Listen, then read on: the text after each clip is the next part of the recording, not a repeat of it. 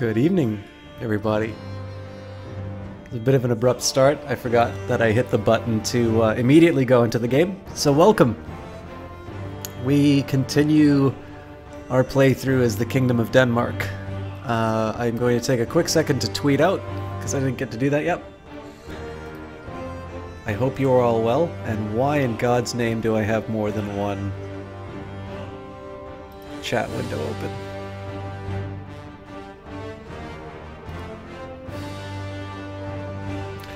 Sorry for the slightly later start, although I feel like I've been starting at 8 a little bit more often than not. I don't have a good excuse other than the fact that I was a little sleepy. I was trying to answer one of the questions on Ask FM. Thank you guys for using that. And, excuse me, I also needed to make dinner, which I had and enjoyed.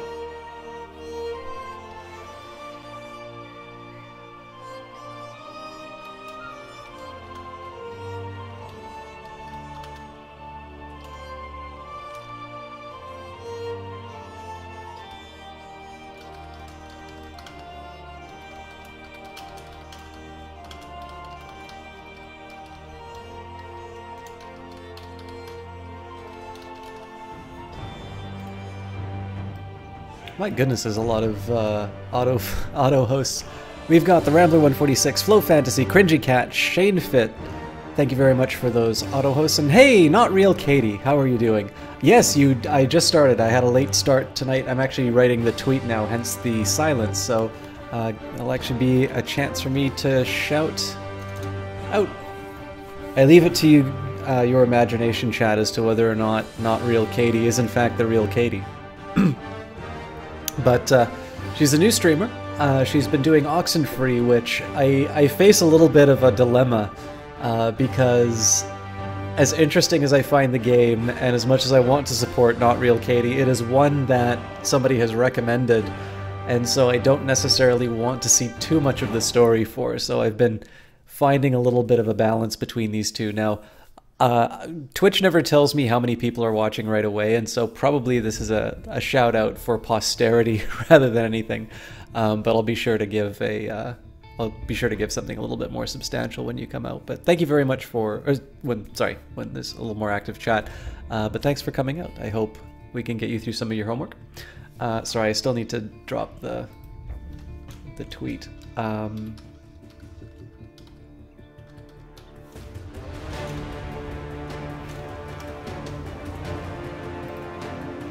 Alright.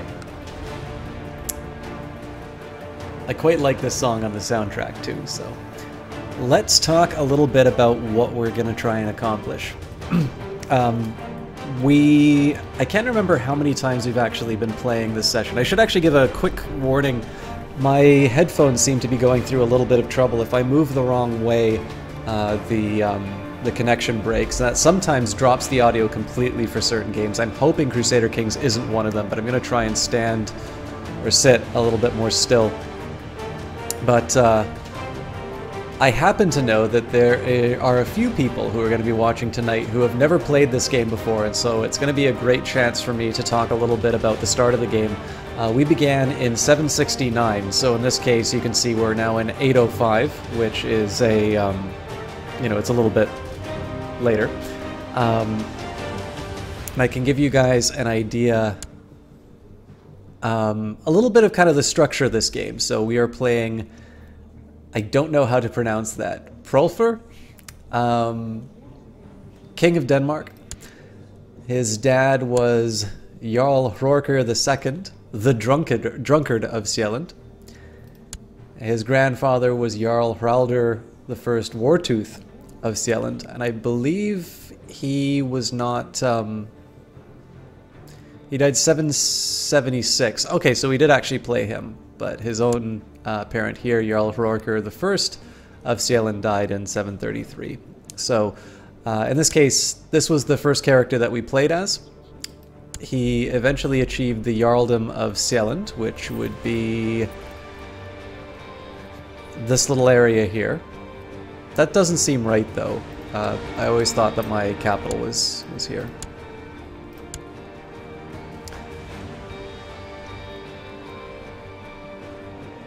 And anyways, as you can see, sort of the idea here is that we've got this bloodline that we're going through. The game will end if there's nobody left to inherit the kingdom. When I say the kingdom, actually, you can go as low as a count. So the game is split between among counties.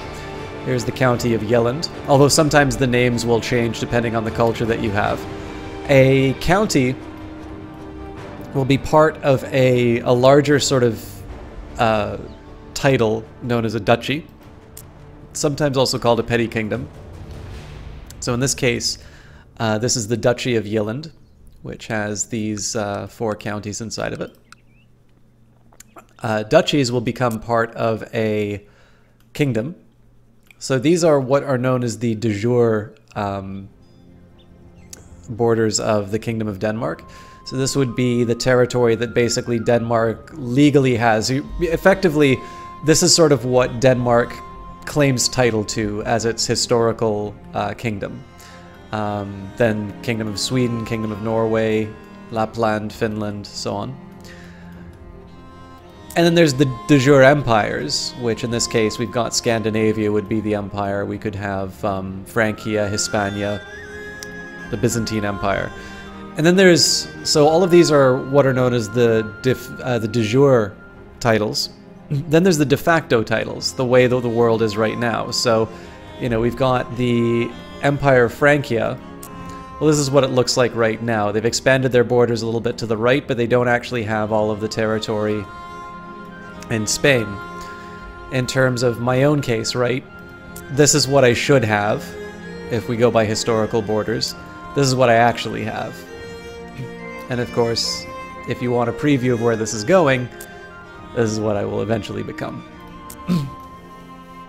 So, the main idea behind this game is, it's actually, first of all, it's a bit of a sandbox game, all told. You really kind of get to decide what you want to do. Now, you're going to be limited by your start, you're going to be limited by sort of the circumstances that you find yourself in. But ultimately what this game is about is sort of doing what you can with the resources you have and sort of what's available. So in this case we started off as a count and we moved up to a duke, and now we have the Kingdom of Denmark. There's a few things that are going on here. We are still pagans. We're basically Vikings here.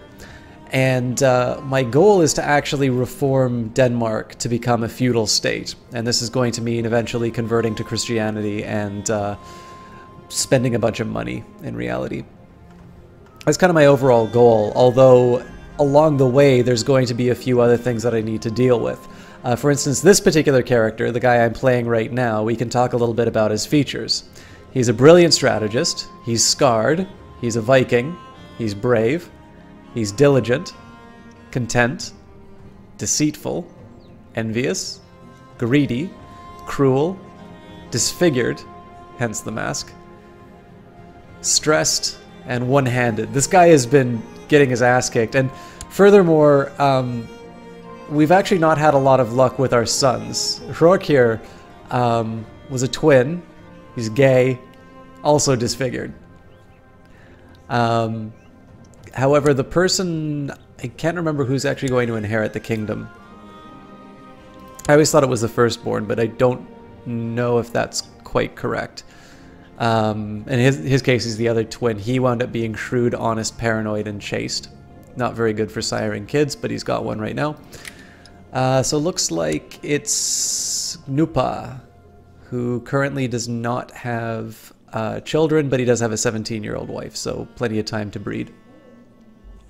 In any case, the big idea behind this is you set a few goals for yourself and then you sort of let the game play. Right now we're getting sort of near the end of this guy's life. He's been kind of brutalized by life in general, disfigured, one-handed, stressed. This guy's got a lot going against his health. But we're going to try and do the best we can with what we have access to. And right now this is going to be a phase where we're sort of consolidating our power. And if we can, we'll go on some adventures. We'll try and claim some titles for ourselves, but it's not going to be an immediate concern of ours. So, right now, we have a few claims that we can press, but nothing that we can actually bring into our own titles, so I'm going to hold off on that. We can create some titles, but I think I'm going to, again, hold off. One of the things that happens about this game is extremely detailed. So as far as laws are concerned, I could have things such as my inheritance laws, which right now is agnatic elective gavelkind. So the idea here is that my territories will be split amongst my sons, and I don't get to just pick which son gets it. It's actually, there's a vote, basically. Or as it says here, the titles of the ruler are divided amongst his children and the primary heir, who is elected from among the members of the ruling dynasty. The law defaults to primogeniture. You get no prestige penalty for having unlanded sons, i.e. sons that don't have territory. And you can have a 30% larger domain. I have larger, I potentially can have larger territories. Destruction of titles under any form of gavelkind succession is not allowed. On succession in kingdom and empires, new kingdoms might be created for younger sons if possible. Junior heirs always get the choice to declare independence without a war. Only males can inherit. How are you doing, OCS1 Spectre? I'm doing quite well. So one of the reasons why I can make a bunch of titles, but I have opted not to, is that even though I'm not necessarily going to have a lot of titles left once I split them amongst my children, I am able to sort of keep them as subjects given the fact that I'm the King of Denmark and there's no higher role than this. Eventually what I'm going to do is I'm going to start working on my council, making it so that I can revoke titles away from people and sort of build the prestige and the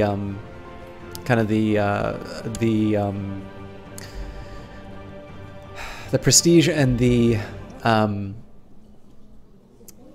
sort of the holdings of my my family a little bit more. But right now we're limited in our options. Now, Hraldr of Rogaland. This is territory that we used to own, and we lost through kind of just dying and succession. Yeah, not a problem, OCS1 Spectre. We'll look forward to having you back. I no longer have a claim on this, unfortunately. In the case of this game, you can't just go and invade something on your own. Hey, Carney, good to see you again. You can't just simply invade something. You actually need to have a reason or a casus belli. And so a lot of this game is kind of forging these alliances and trying to work your way through the legal structure in order to actually be able to take these titles.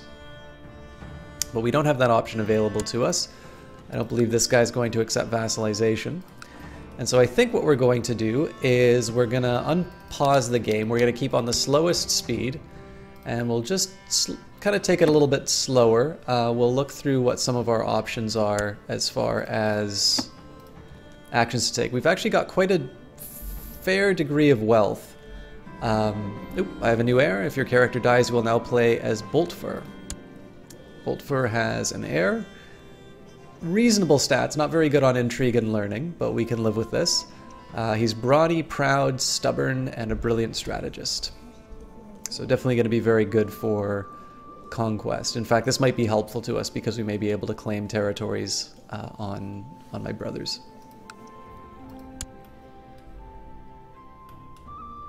I can also assign titles. So one of the things that happens in this game is you can sort of gain some control over your vassals by assigning them titles. Right now what I'm doing is I'm assigning generals in my realm. Some of this isn't even necessarily a matter of prestige so much as it is just filling roles with the people who are who are best equipped. With that in mind, I've got my council.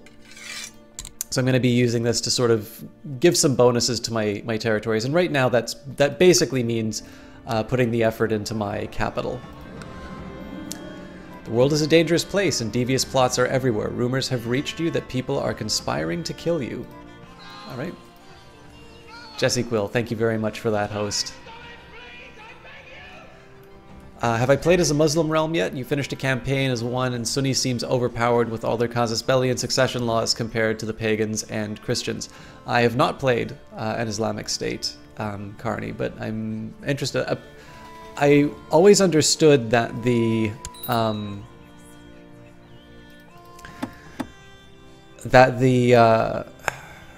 sort of the hold on Muslim countries was their decadence. That was something that would kind of cause some weakness, but we'll see. I mean, maybe that'll be one of the things that I try next. And there's the lovely Jessie Quill. So Jessie Quill has actually been... Twitch is not kind to data watching. Oh, I'm sorry, Jess. Is there a mobile option? I can definitely turn down the encoding if it's not. Jessie Quill is an absolutely outstanding streamer. She's actually the reason I did Day of the Tentacle again yesterday, because I kind of wanted her to see the game. A very dear friend of mine, somebody who's given me a lot of advice and given me a lot of help getting started on Twitch. I actually can say I had an Ask FM question, which I was trying to answer before I started the stream tonight, and it got pushed back a little bit. I kind of was thinking a little bit about the sort of the advice and the help that she'd given me over the time of getting started up. So in addition to the fact that she's just an absolute sweetheart and somebody who really really knows how to tell somebody the right thing and how to encourage them and push them forward. She's a really gifted entertainer in her own right as well. I think she's again, she's probably one of my favorite people to watch on Twitch. She's much better established than I am, and really knows how to put on a good show, especially on story-based games. So I definitely encourage you guys to check her out. I will actually do the shout out myself because she's currently on the phone. She also has been doing, she started a new job. She's been in London for the last little while getting trained. And perhaps most importantly for this stream, because I'm definitely feeling like I'm lagging a little bit in my delivery and we're about 20 minutes in, I need a pick-me-up. And I'm going to get some Red Bull, which she was so kind enough to mail to me. So hopefully the audio won't cut out because of my headsets, but we'll see. We'll see you guys in a second. I don't even need to put the break sign up. I'll be back in a quick sec.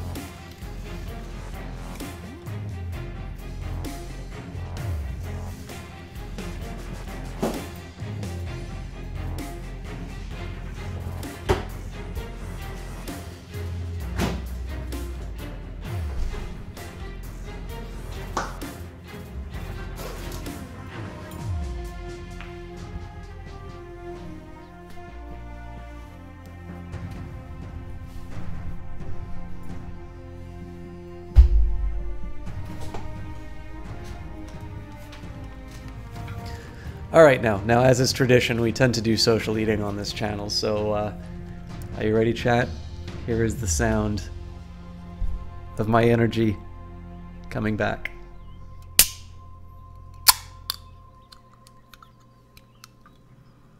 You can smell the taurine. Enjoy the waft of the bouquet. And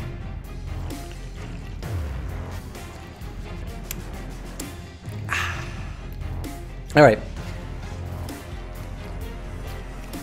You wake up and go to the window to greet the sun, and then suddenly realize that your castle garden has been neglected for years and turned into an overgrown and chaotic disgrace. The weeds are knee-high and vines are making it almost impassable without having a sword at hand. Something needs to be done about this. I'll make sure to make this a real garden with a glorious hedge maze. So one of the things about this game is, unlike Europa Universalis, which is probably the most popular of the Crusader or of the Paradox grand strategy games,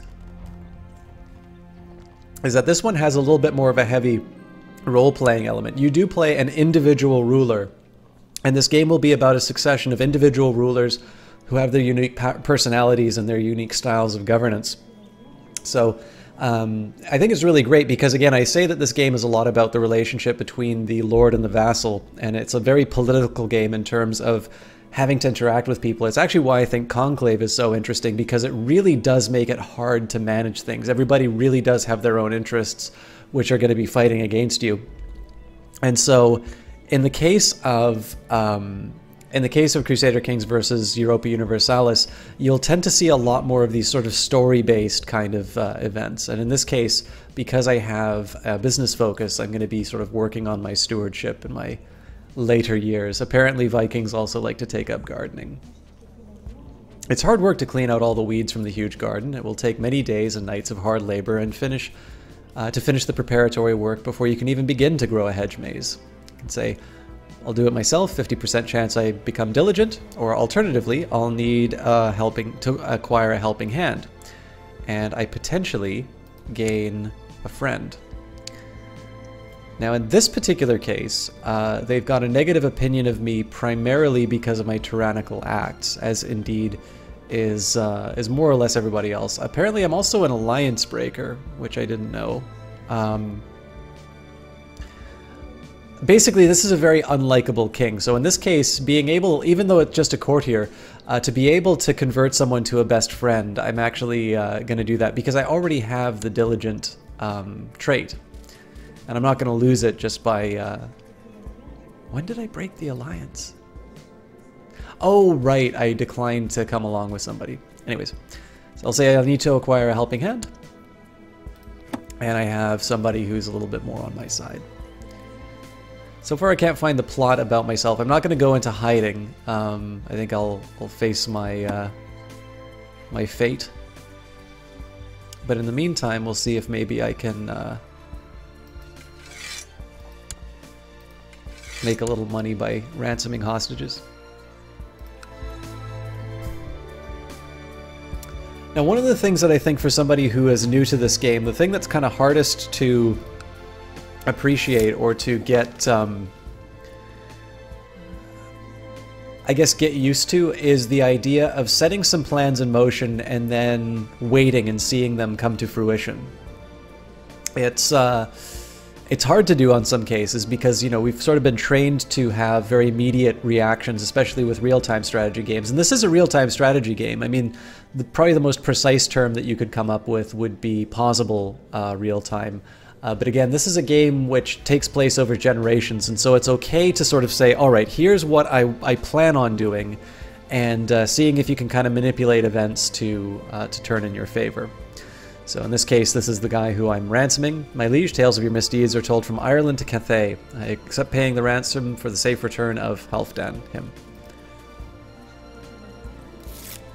Now, there may be a bit of a problem in me doing this, because I do have a plot to get me.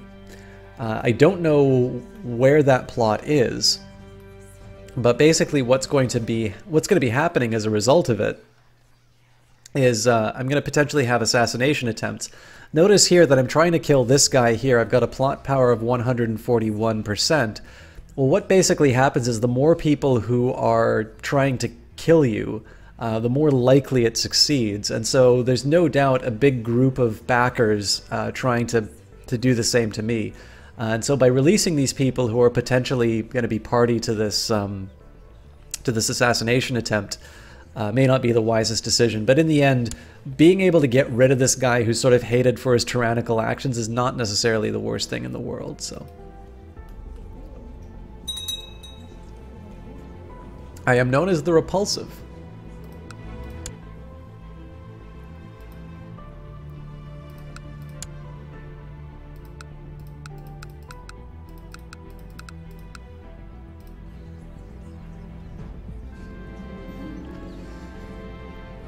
Now that the hedges are planted and you just need to wait for them to grow, you turn your attention to other details that your garden needs. Should you add some statues to the dead ends of your maze? We could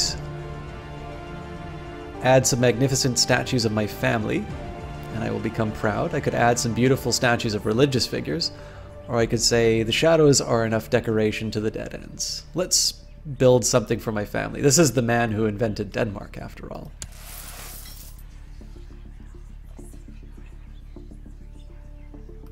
Just to give you a quick idea in terms of what the plans are for conquest. There's this last little bit here, Austergotland, that we want to claim for our own. We may be able to bring these guys into the fold once I reach the next generation. If not, they should be easy to sweep aside. And effectively, it's going to be conquest that takes us the rest of the way. The biggest concern we have right now is West Francia, which used to be owned by Charlemagne and has since passed on to his son Pepin Carling, who has the great distinction of being a hunchback, brawny, a legitimized bastard, shy, charitable, zealous, paranoid, craven, patient, demon-possessed, and depressed. Oh yes, sorry, more importantly, he also has 9,440 men to back him up. As he's growing older, I can see that Sturla could use some guidance in some of my experienced areas. It will require hard work and may not always be appreciated, but this is my chance to make a self-sacrifice for Sturla. Now, I could make this character ambitious, however, out of all of the family, he's one of the least likely to actually achieve any stations, so this is just potentially setting up a rival. What I could say is make your move at the right time, which will gain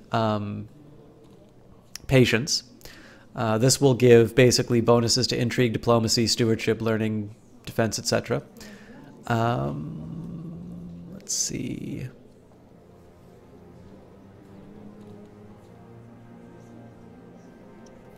Yeah, that becomes a rival.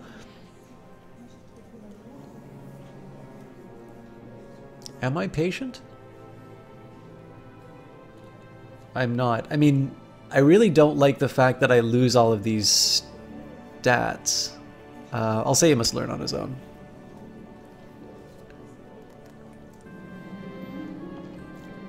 Any garden with self-respect has a fountain, something someone told you once. Now you have the possibility to build a fountain in your garden to flaunt your extravagance. I could build a large fountain in the middle. Again, we pay some gold, but gain monthly prestige. I could say I'll have a fountain with Y that will flow through it all days of the week. This gives me 1 prestige, so it gives me more prestige, it costs more, and I potentially gain the trait Gluttonous, which is not necessarily the best, or I could say not worth spending money on. I'll buy the fountain, but I don't necessarily want any more negative traits for this character.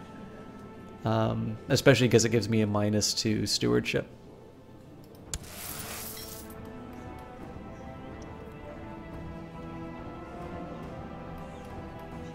And I think at this point I'm willing to back out of my overview screens. A daughter was born to Boltfer Bjornfins and Carrick Bukal, named Holmfrid. So this is a daughter for my heir.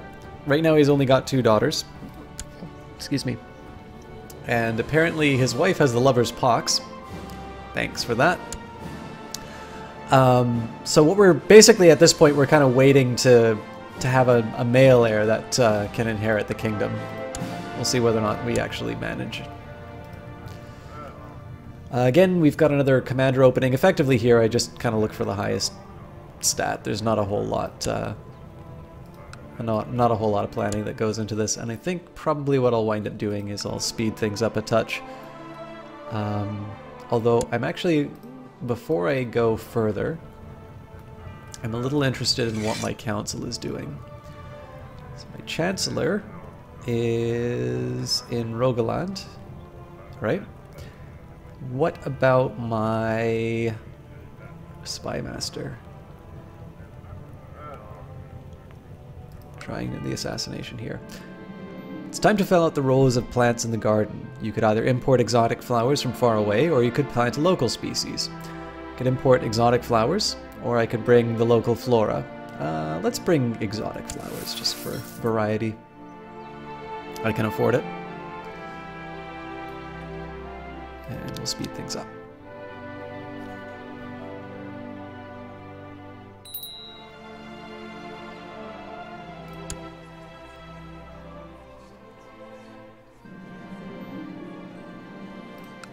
There's a spot that is unused in a secluded part of your garden. Some people say that it's a perfect spot for a cozy pavilion. You can say, sounds romantic, let's do it.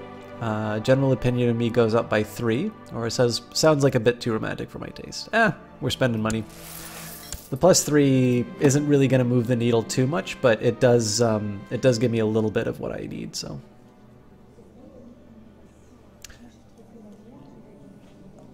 Uh-oh. So it says here, what a merry feast surrounded by my friends and loved ones. I feel a thirst coming on. Page, more wine. Now I'm not holding a festival, so I believe this is a poisoning of me. Ah, that's the stuff. Poison! My body is growing numb. Someone please help me. Thor! Who would hate me so?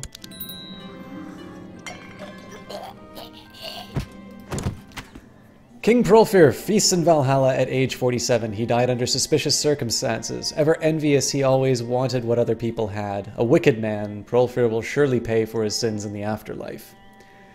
And he is succeeded by King Boltfer. Being a talented military tactician, we expect him to lead us to many victories on the field of battle. Long live King Boltfer. He's age 25. So, we are going to completely reorganize our kingdom now. So, we have a new era. If your character dies, you'll now play as King Arni of Norgir. Alright. Big changes. First of all, it looks like we lost this territory, unfortunately.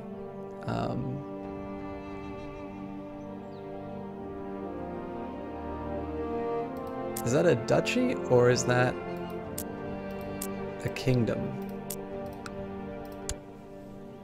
Nope, that's a legitimate kingdom. Alright, so I will begin by declaring war, I think.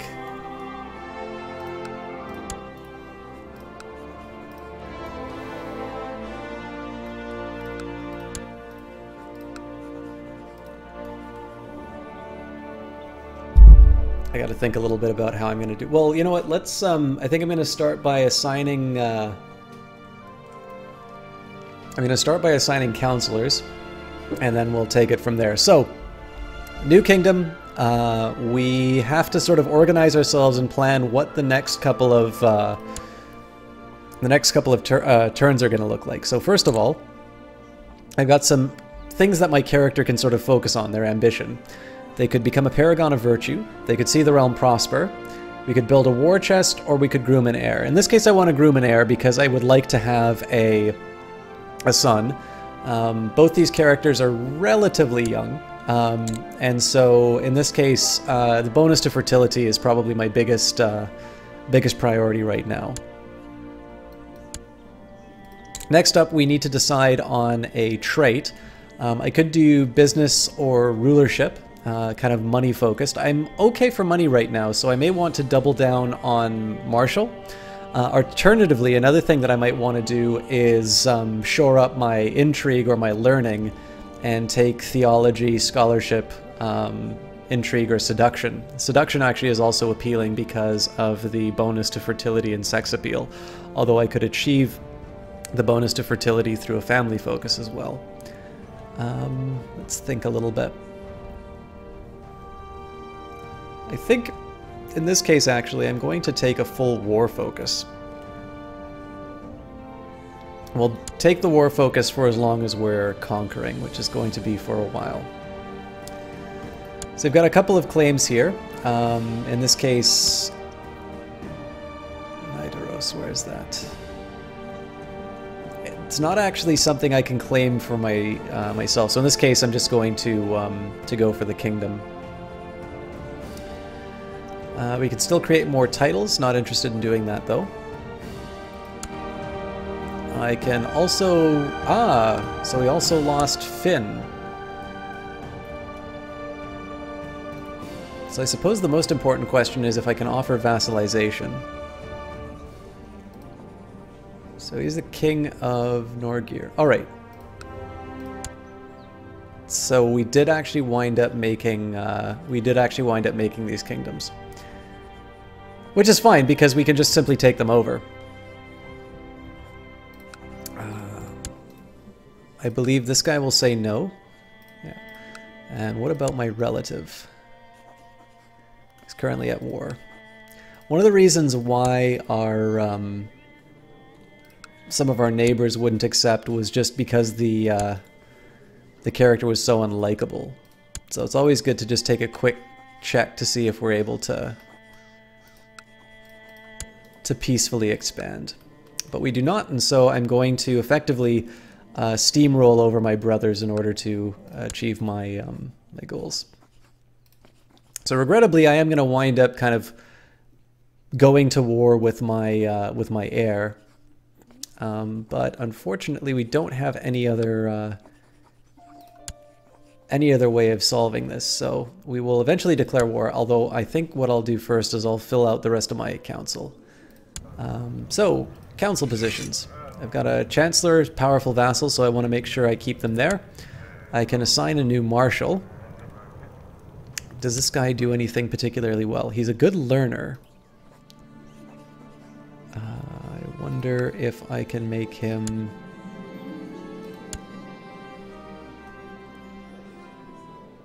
So he changed your mind.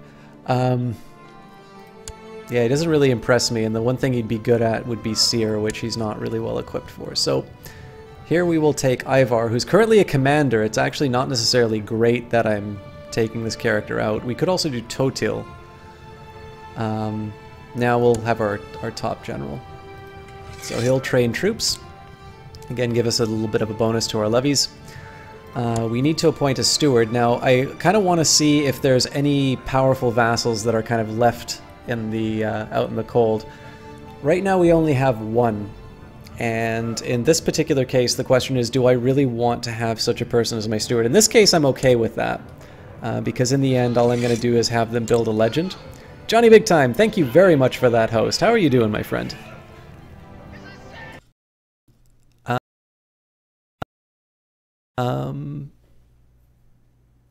I was afraid this was going to happen, so I believe the game audio should be completely cut now. And this is, unfortunately, my headset dying. Occasionally it will blink out, so I'm going to take a minute. I'm just going to set up my console. I'll reset the game really quickly so we can have some audio.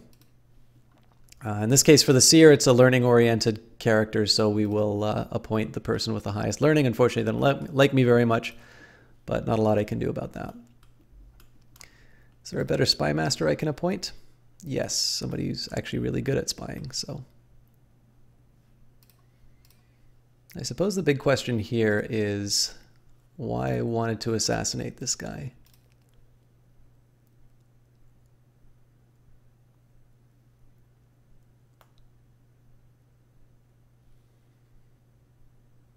I'm alright. I'm a little annoyed about this headset thing. I don't know if I should just get a new one or try and make this work, but we'll see what we can do. Alright, I said when I got my council I was going to fix things, so we will save the game, then we'll resign. If you want, actually this is a lot more fun to listen to with the soundtrack, so... Hello, Smishet. We don't have peasants in chat. You're all my lords and my ladies. And sorry guys, I know it's been really dragging to get a start going. I've, for whatever reason, feel really tired. But it looks like we're going to be kicking things up a little bit, so... Yeah, so I do have audio. Unfortunately, Crusader Kings is not responding, so just going to hold back for a little bit. Let's see how everybody's doing.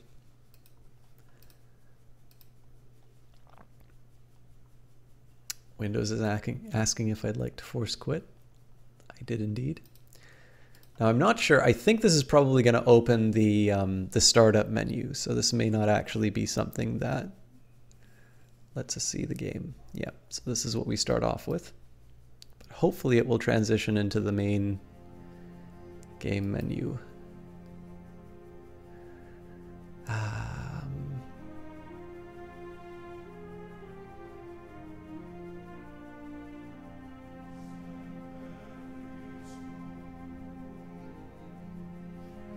Looks like I'm going to have to manually adjust.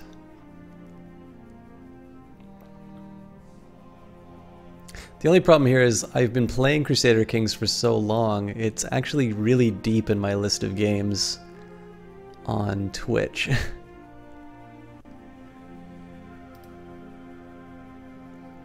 So the way I normally do this is I normally open up Crusader Kings and then I open up my stream. Don't really have that option when I'm in the middle of casting though, so... where in the name of God is this game? At least we have a good song.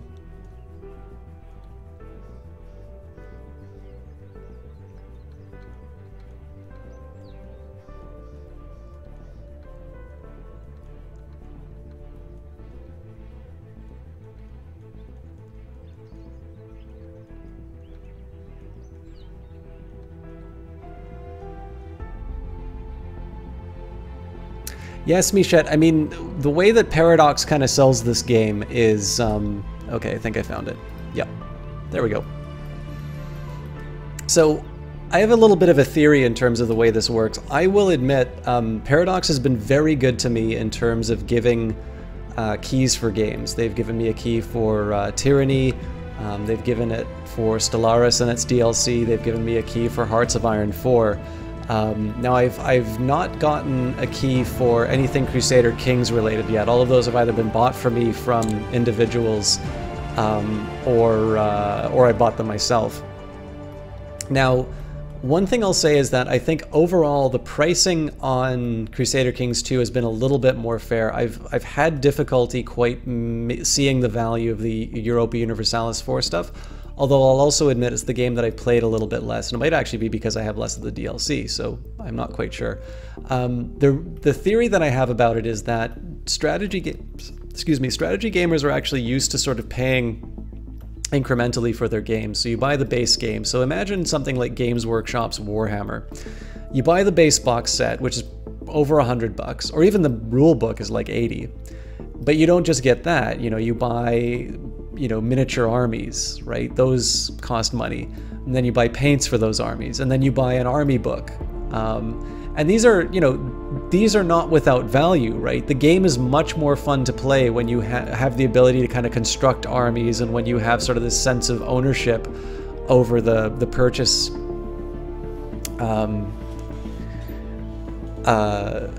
In terms of like all of the things that you're buying actually have value, but it adds up. And so I think that model has kind of created a situation where strategy gamers are a little bit more willing to buy DLC than others. So you'll see kind of similar DLC practices for things like the Total War series. And I mean, as I always say, right, price is what you pay, value is what you get. I don't think anybody has had a gun put to their head and said, okay, you got to buy this DLC. But it's obviously in Paradox's interests to sell as much of it as it can. And so in some ways, this game can actually be quite costly, especially if you don't buy it on sale. So what I would recommend for those of you who are looking to get into the game but find the DLC a little intimidating, know that there are some features that you get for free in the DLC in the form of the patch that comes through on it. One of the other things that you can do is, and this is what I did, I bought the DLC that I was most interested in. So I bought the Republic because I was interested in playing Merchant Republics first, and but I had a friend who wanted to play an Islamic Caliphate instead, and so they bought the Sword of Islam. And I kind of built out from there. I mean, now I own everything, and part of that is actually because of your donations, so I do appreciate that. But I think that's one of the best ways to get into a game like this, because you don't want to drop, a couple of $100s on a game that you may or may not enjoy. Tunisback, I've never really played that much Total War. So now SC2, we began in 769. I mean, I've been playing for a couple of days on stream, but as you notice, there's sometimes these sort of breaks that we take for dialogue, and especially when there's somebody new to the game that comes in, I'm definitely interested in kind of interested in sort of letting them know what's going on and how it gets set up. So we're, I guess, 2 or 3 streams into that. And hey, Pithram. And yeah, Warhammer getting harassed on Steam for Total War. I mean, Smishat, the one thing I would say is that this happens every Total War game. I haven't played too many of them, but I know people are never really happy about it. And I can understand it too. There's a certain point where people want to say, it's like, look, did you really need to break up the game like this? Like, do you really think this is worth $200 in playing? So,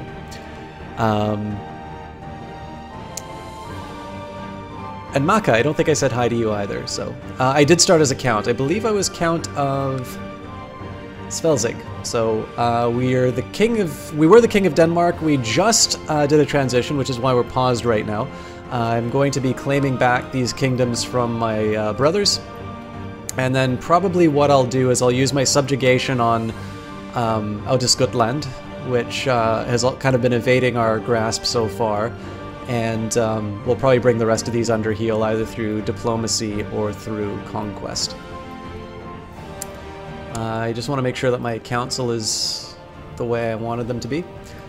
So I do need to apologize for the quality for the next little while. It looks like my headphones are sort of disconnecting, and that causes the entire audio for the game to cut out, which forces me to reset. I'll try and keep that to a minimum. Like I said, I'm gonna do my best to stay still, but streaming usually goes on for a few hours, and it takes a while to.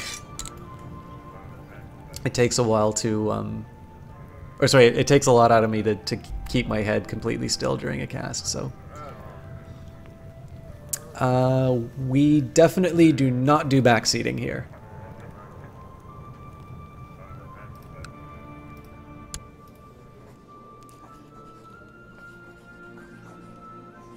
Alright. I'm not sure who I want to nominate yet. So we can usurp titles. Oh, great. Actually, we might be able to hold off on the invasion. It gives me 100 prestige, but it'll cost me gold.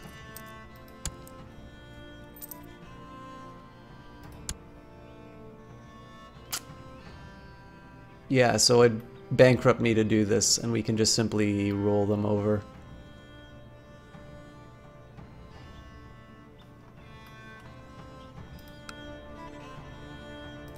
So we'll set the crown focus as the capital as always. And I think we just march. So yeah, the de jure claim seems to be the most sensible to begin with. Let's just finish off our ranks. Army is actually not what it used to be.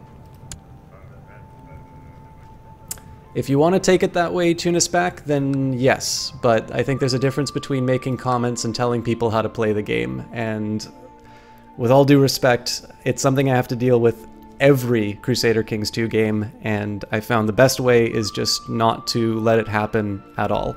If that's not an environment that you want to participate in, I understand, and I wish you the best of luck in finding another cast. But it's something that has ruined the stream for everybody else every time that it's happened, and so I have an absolute policy on it.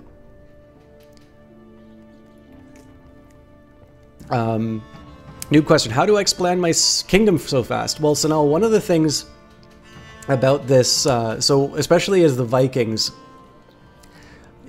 it's not necessarily... There's one big bonus that you get. So you're probably used to maybe playing somebody in like Western Europe or maybe England. And so the usual way that you'll wind up kind of doing your conquests will be something, something like you have your Chancellor and then you go to fabricate a claim and then you click on it and then you wait like 50 years and maybe you get your casus belli and it bankrupts you, so you need to wait longer to get your armies and so on and so forth. I've definitely been there. That was like my first game of Crusader Kings 2. One of the nice things about this culture is that I can go to declare war, and once in a life... Elkanu, thank you very much for that host. Once in the life of a pagan ruler, you are able to just say, that's my territory now. And in this particular case here, if you, by going over on the tooltip, it says, pagans are allowed to subjugate other pagan rulers once in their lifetime. With the Become King ambition, there is no such time limit against those who control titles within the kingdom. Free men are always willing to follow the mightiest ruler. So this is basically a, you know, a free casus belli each time you have each time you start a new ruler. Now again, there's limits, right? So in this case we've got King Pepin. We don't have the subjugation casus belli because Pepin is Christian. But in any of these cases here, what I did in these particular cases were I first would go for subjugation against the largest enemy I knew I could win against. And then what happened was once we hit a certain critical mass, we were able to kind of go to these guys and give them an offer that they couldn't refuse. We'd offer vassalization, and they all sort of fell in line. Now, we had a lot of sons, so the kingdom's fragmented a little bit, but notice what we're doing to consolidate power. We're saying it's like, okay, I've got 423 wealth to deal with. And sorry, Elkanu, I'm not ignoring your comment. I like answering the questions about I like answering the questions about the game as early as I can.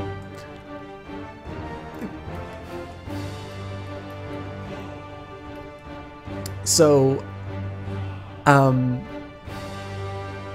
that's a little bit of what it was. Basically, Sonal, it's a combination of being as opportunistic as I can, because of course you get to fire that subjugate bullet whenever you want. And then again, once you hit that certain point, you can sort of blob out a little bit as you vassalize areas.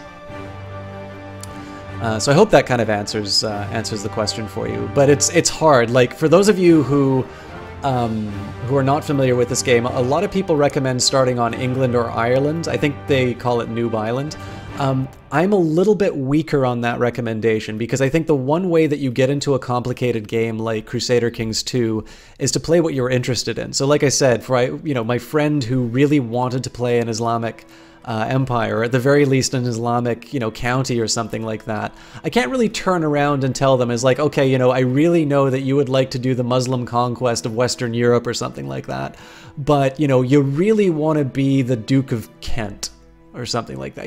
It doesn't make any sense to tell people, okay, I know you're really passionate about this subject, but, I'm going to tell you to not do that. And more importantly, too, I think some of the more rewarding playthroughs are the ones where you play maybe a subject of someone and work your way up through the levels. It's a lot easier than being a king, because when you're a king, you kind of have to manage a bunch of territories and things like that. But just know that when you do play a weaker unit, you need to have a casus belli, a proper cause for going to war. And usually this is done through your Chancellor, which is both expensive and time-consuming. And so sometimes this game involves sitting around and waiting a lot. Although, again, I will say, heavy it is the head that wears the crown. Sometimes you will wish that you were sitting around and waiting in this game, because it gets a little scary at some points. Anyways, guys, I believe we have got not only just Smishet in the cast, but we have got Elkanu, who greeted us with the ever-popular Sacre Bleu! Welcome, Elkanu watchers, Elkanu himself. I've been doing quite a few shoutouts, and then we'll unpause the game and get on with the war. But I do always need to take the time to shout out Elkanu, one of my favorite casters on Twitch, and I realize I said that about Jesse Quill, but I can say that just as easily for Elkanu. He's an outstanding French caster. He is an incredibly funny man. I have loved watching him play everything, from Satellite Rain.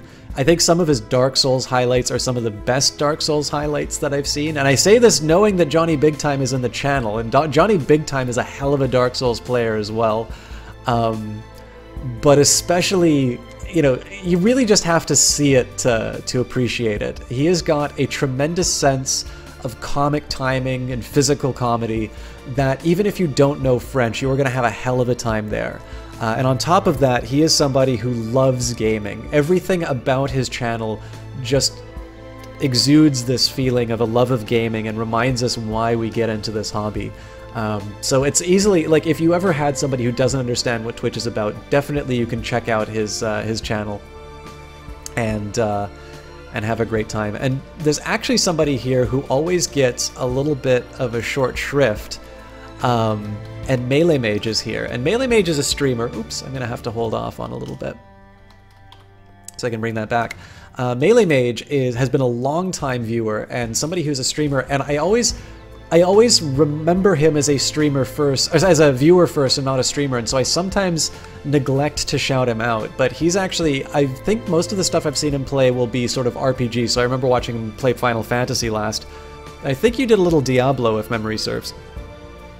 But he's another great guy, and he's actually based in Vancouver, so I used to be based on the West Coast myself, and especially for people who aren't able to make the cast at the times that I used to, I definitely think you're in good hands with Melee Mage, who's been such a loyal and such a great follower of the stream.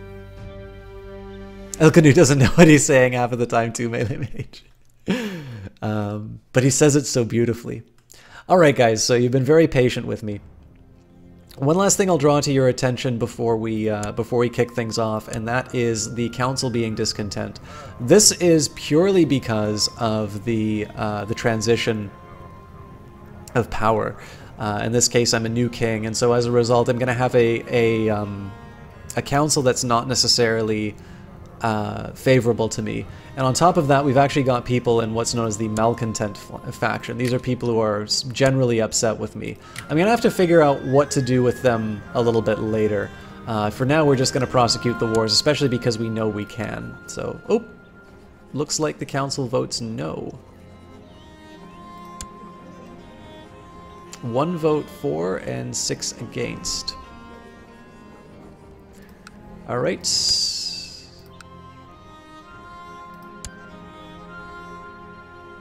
So the question is, do I deal with the fact that I am perceived as a tyrant?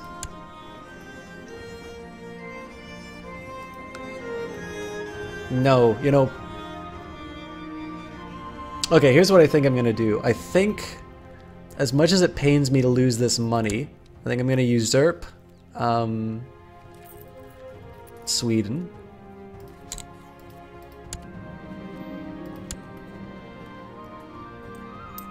Oh my. So what, this just goes to these guys? That...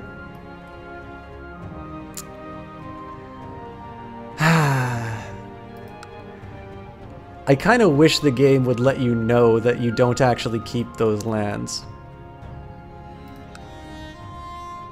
So can I declare war on it?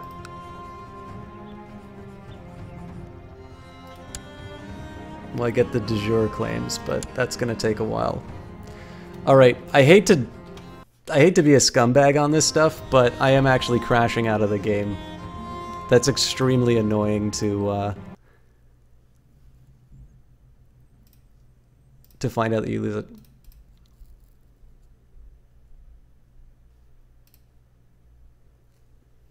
By the way, that is a little known exploit. Or maybe it's a well-known exploit. I haven't heard anybody mention it yet, but if you don't like what happens in Iron Man mode, it doesn't constantly save. So I believe you can crash out of the game and undo things. I don't recommend it though, because part of the fun of the game is getting your way out of messes you put yourself into. I try not to make a habit of it though.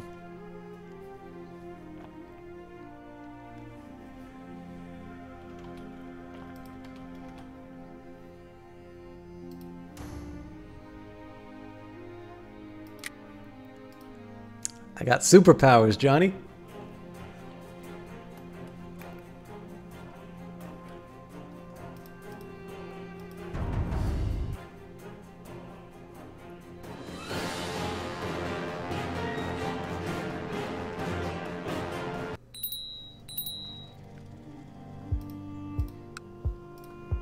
Alright, so I have to deal with my crappy council.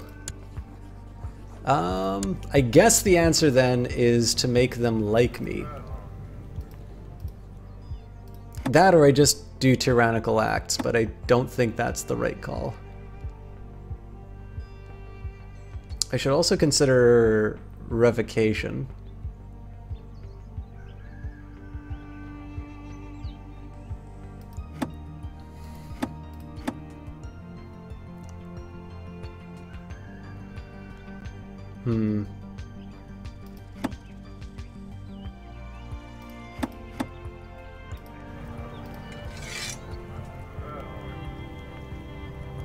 Alright, so like -18, -13. Yeah, so this explains a lot.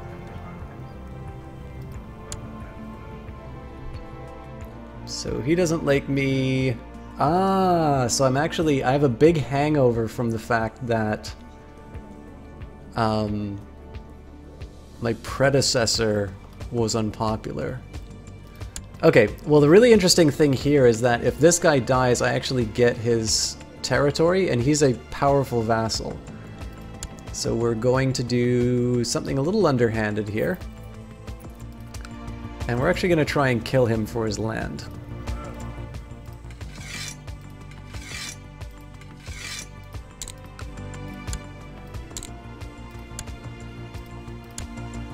So in terms of assassinations, you can automatically invite people to a plot. So if you take a look at here, you've got plot power, which is based on sort of somebody's position in court. This guy's reasonably popular. So this is probably going to take a while to be accomplished, but I've got my spy master there to work on this. Alright, have a good one.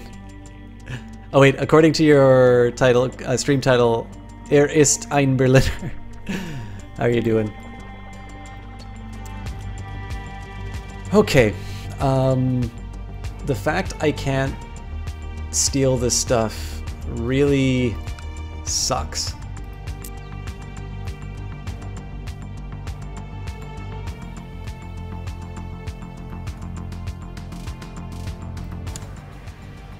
I can appoint a commander.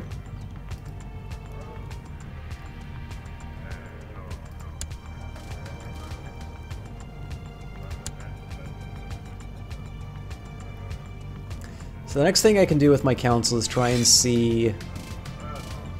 So I got -18 and -13 that I can potentially work with. It's unlikely to be too successful, but let's see if there's some minor titles we can give around. So we've got a +10.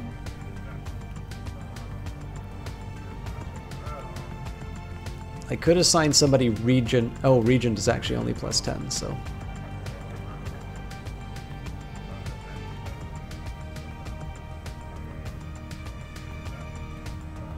So the Droseti serves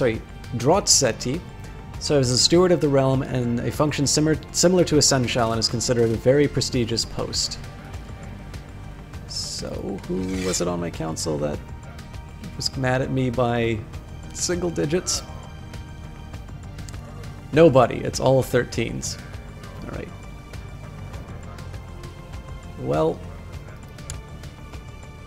I think I'm just going to unpause and live with this terrible realization that I'm not very good at anything. I also unexpectedly retained this title, so let's put a market village in there so I can build up my economy a little bit. And we've got Sealand and... okay. Yeah, actually, this is a nice little consolidated territory, so let's build in here as well, and we'll go for a market village.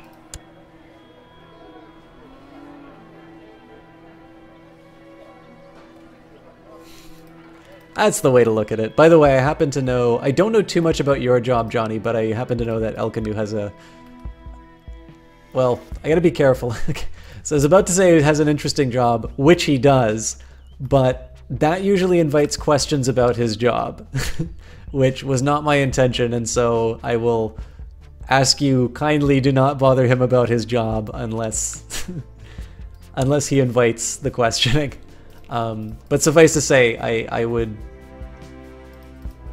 find a job that has this level of interaction with people very interesting.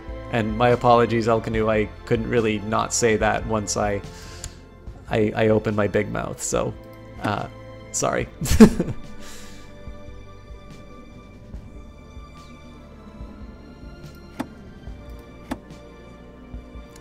So I'm not going to get any support for revocation. I think in this case here I just need to go on a bit of a charm offensive. So let's see where my council's sitting right now. So we've got -13, which is stemming from slightly opinion of predecessor. My steward will hopefully be assassinated soon, so let's not worry too much about him. And my Cirrus really hated my dad, so... So let's actually work on improving my spy master's opinion of me. I think the rest will kind of keep in place, but I definitely need to get these... I need to get this this war stuff out of the way.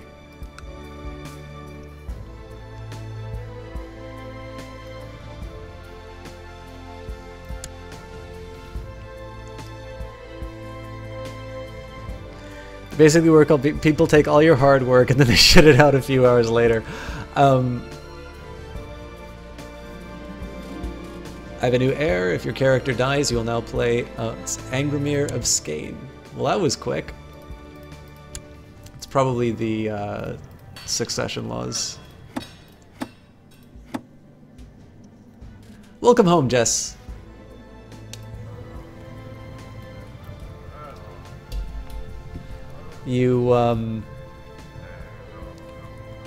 you have a...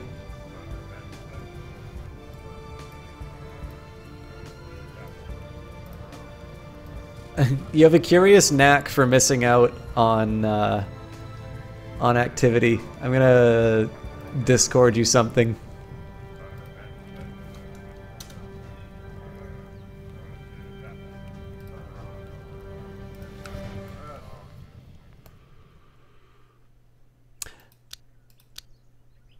Actually, I'm a little curious. Amongst my streamer friends, how many of you are more likely to play Crusader Kings 2 now that you've seen it streamed? Because I have a feeling I give the presentation of being able to explain this game, but I think when it comes down to it, I'm not really able to... Uh-oh. Factions.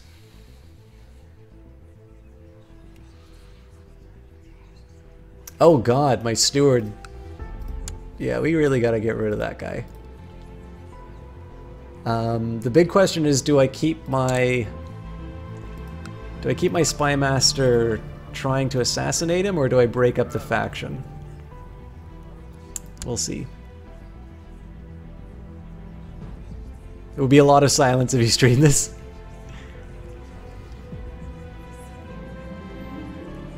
Yeah, but I became more skilled by playing more. Well, I don't know, Jess. I mean, people tend to react... Sorry, I'm just reacting to something and privately. And Jess, like, the one thing that's funny about the backseating is, like... I have the data now to back up just outright telling people, no, that's not what we do here. But the fact that people so regularly react so strongly against it, I mean, it always causes me a little bit of doubt, but I mean, Johnny did a really good job of articulating how the atmosphere completely changes when backseating's going on, so. Alright, I've seen how Bag handles swords and it's not a pretty sight. Half the time he seems to forget which side is the sharp one. Should I laugh or should I cry at Bag's incompetence with the sword? Now he seems to think that I can teach him all I know. Can say I can only try, which will improve his opinion of me. Unfortunately, I don't think he's very... Yeah, he's just a commander. Yeah, I can say I can only try. I'm trying to get people to like me, so... Much like life. More inclined to give it a shot after watching me.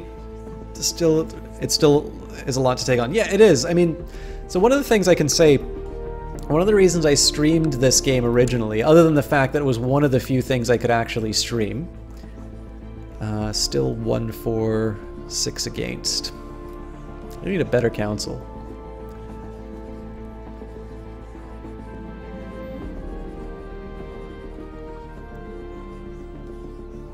Oh, so it's my malcontent spy master that's forcing everybody's hand.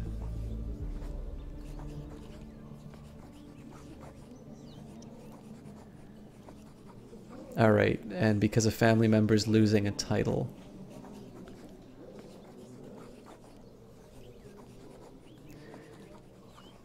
So I could presumably actually replace a couple of these figures. A large merchant caravan from distant lands arrived in the gates of your stronghold. Their leader, a jovial man of massive girth, pleads with you in a strange accent to grant them shelter from the elements for the night. Very well, let them in. I have a bit of an idea of how I'm going to fix this. As evening falls, the fat merchant sits by the fire and regales you and the rest of the court with stories of his travels.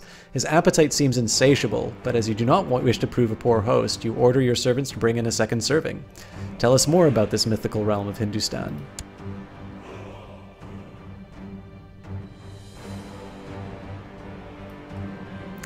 Dawn breaks and the caravan prepares to move on. The merchant insists on leaving you a gift as thanks for your great hospitality. He shouts a terse command in a foreign language and a young man comes forward. This eunuch will serve you well, the merchant says. His loyalty to you, his new master, shall be beyond reproach. You can say, I accept your gift and we get a eunuch, or no, you may keep your servant. So Yaqub is a very good steward. As long as I find a new role for my...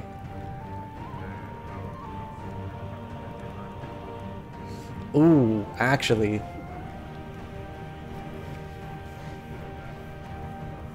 This is interesting. So yes, I will accept the eunuch. And I think it's time we have a cabinet reshuffle. So obviously you guys know I like a little game called Dark Souls. Part of the appeal of...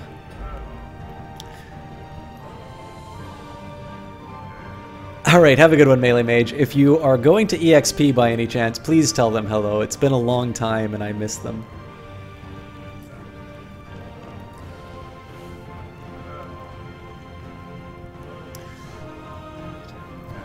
So let's first... So the Cirrus isn't a powerful vassal.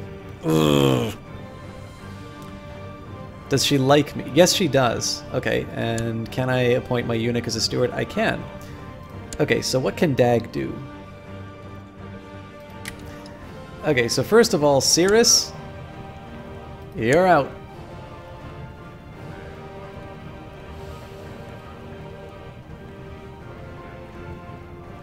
Okay, so this guy owes a favor to Dag, who's a powerful vassal, so I still need to appease him.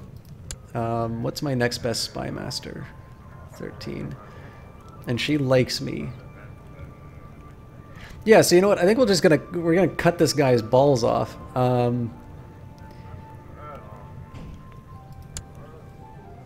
Actually, screw it. I can make him spy master. I definitely prefer. So I have to have. Let's assume that I don't want to keep the powerful. Let's assume I want to keep the powerful vassals in their place. I'll just assign Dag to spy master, and then I'll assign my eunuch to steward.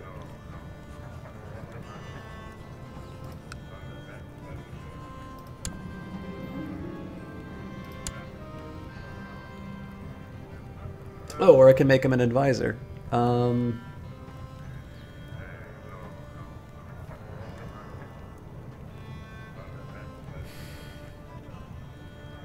Yeah, we'll make him spy master.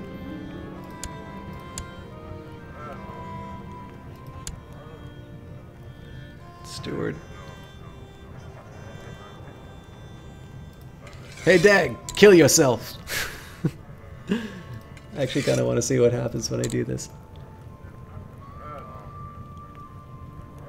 I'm assuming he will discover it. So I've weakened my council a little bit, but I've also potentially... I'm potentially going to find it easier to declare wars. So... Ah, there we go. So this is... So I can kind of understand people's complaints about... Alright, excellent, Melee Mage.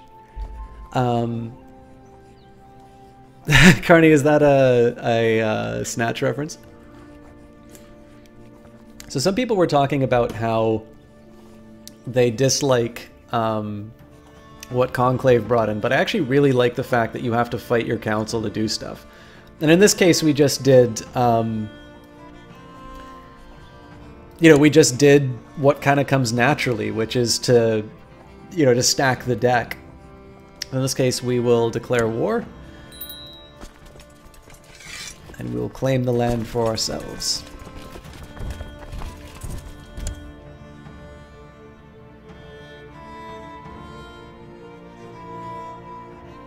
And we'll basically do the same for these next few areas. But yeah, so I was saying, as I was saying about the kind of the Dark Souls angle, the game was very challenging and interesting to me. And I'd never really seen a game with a degree of complexity like this. So I thought it would be, number one, it would be really fun to play on stream and to learn on stream. So that was the first kind of impulse to play this game. And then sort of from there, you know, I noticed there was a little bit of an audience for it, and there was always something kind of new for me to learn. So for instance, I've never really known the council mechanics that well in this game. And so I learned something about the fact that I'm like, all right, I have something I want to accomplish. and yet it seems like I'm not, you know, I'm not able to do sort of the simplest things that are in the interest of my country. And so, you know, I'm handling the problems. Now, I mean, this is not without cost, right? I've got a very good character at espionage who hates me now, and I'm down a really good Cirrus. But I do have a friendly council, which means I'm going to be able to start doing things like revoke titles. In this case, I've got 3... Actually, I have enough to... I have enough to pull this off, so the big question is, do I want to... Yeah, I do want to.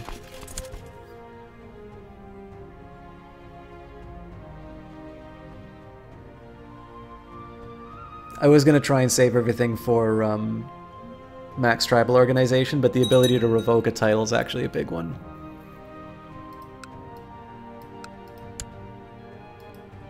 That's going to allow me to sort of reassert my my claims once I have too many sons. Yeah, the council mechanics came in a DLC called Conclave, which is the most recent one. Lords of Denmark have approved the institution of title revocation allowed law. Religious control mandate. The ruler has acquired the right to enforce religious control upon subjects and may now seize their title, seize the titles of heathens and heretics freely. Excellent. I also eventually want to bring the church levies back, but I can call in allies. No point in doing that though, because we're already kicking their ass. You can OCS one Spectre, but it's viewed as tyrannical, and so you suffer some massive penalties to your opinion modifiers. And usually, what happens is factions will start to destabilize your.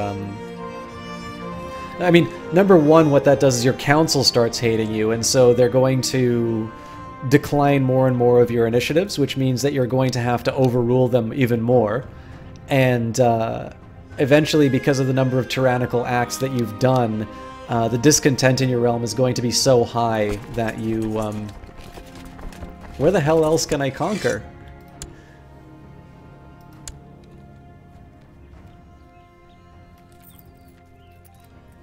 Oh, I guess he has allies. Oh, alright, bring it. It's kind of weird that I seized his capital and it's still not a done deal. I wonder if I can, it's just a flesh wound. Anyways, yeah, so long story short, OCS1 Spectre, it's, if you overrule the council, you're in for a world of pain. Honestly, I think the best thing to do is just sweep these guys aside and then go straight for his ally. I'm actually kind of tempted to just take over this. Oh, wow. Ostergautland is actually making their move. So I think what I should try maybe here is subjugation, and then... Okay, to imprison Seemander of Nordland, we have a 50% chance because of... So what is the plot?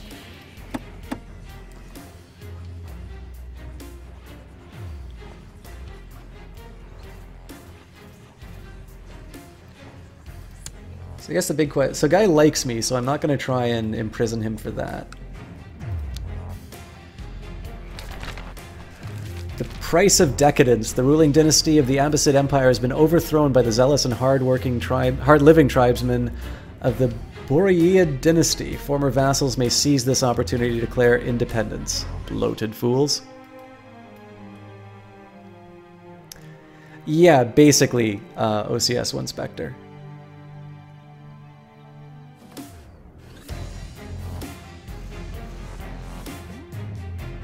Okay, I'm gonna do something so insanely stupid.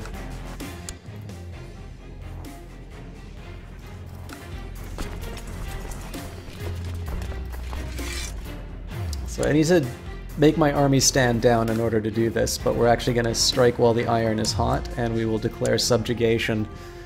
And the main idea behind this is he's already wasted his army to take over this territory which I want to take over. So now is the perfect time to add this to my collection. And we will call in our allies.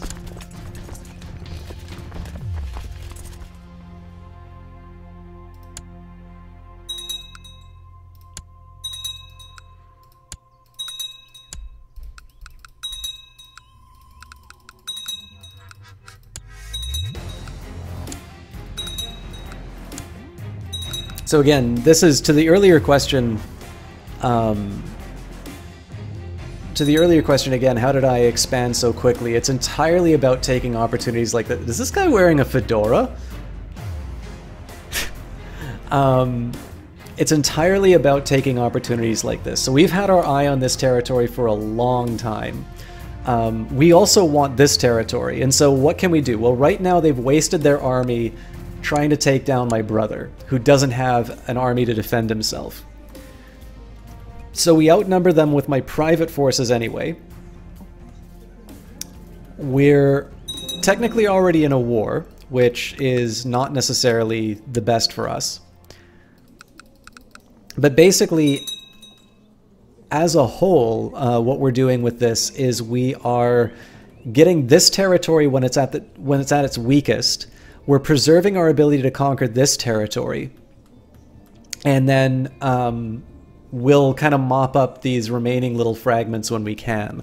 But in this case here, I kind of have my absolute advantage, and so I want to be able to take advantage of that before, let's say, you know, what's the alternative? You know, they conquer this territory, and I wind up, you know, I wind up finding out that, oh, okay, well, these guys, you know, they've just become that much more powerful because they've absorbed my, you know, my brother's forces.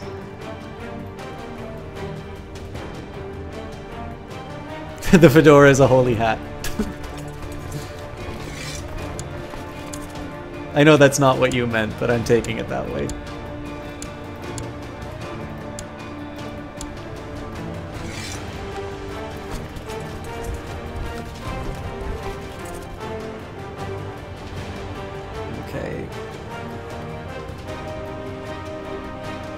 If I go from Vatten, where is that though?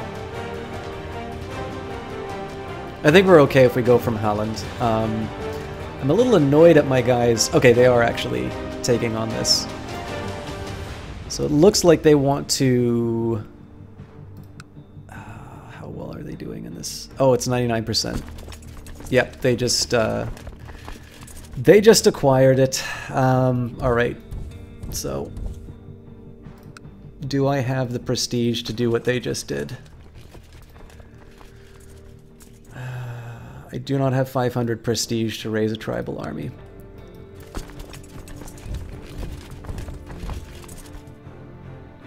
This is going to suck.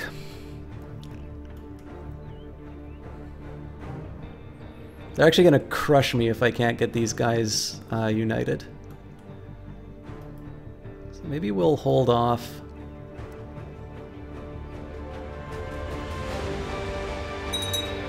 I want to see what they do, because they're definitely going to get stronger. Well, here's what I'll do. I basically want these guys to get distracted long enough that I can unite with these troops and then move down to the south and clobber them.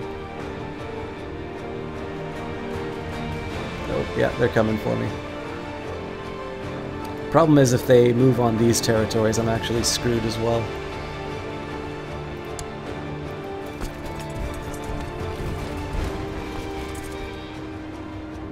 Fortunately, I always can reserve the option of disbanding the army if it looks like we're going to get our asses kicked.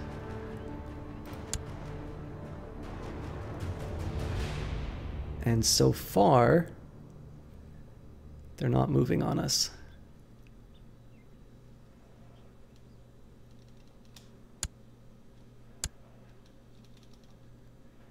I want to be really careful about where they're moving.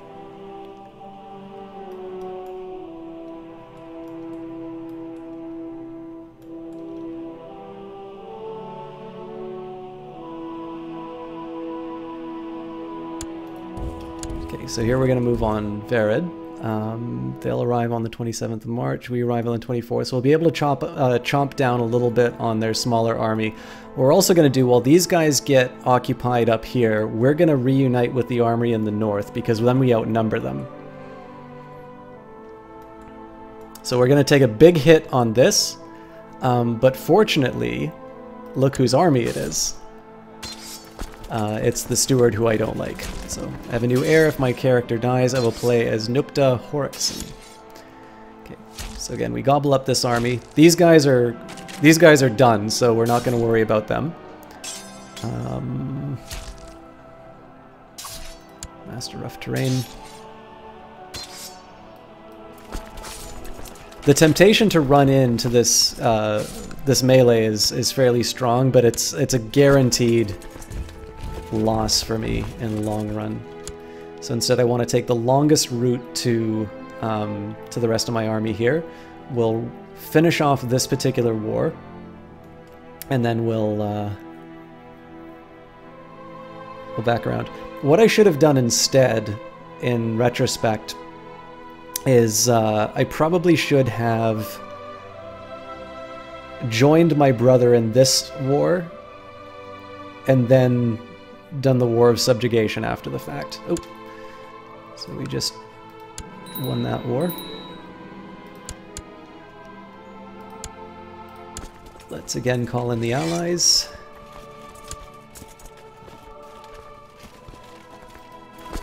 And it's going to be a touch and go for a little while they chase us, but I have a feeling that we should be able to make this work.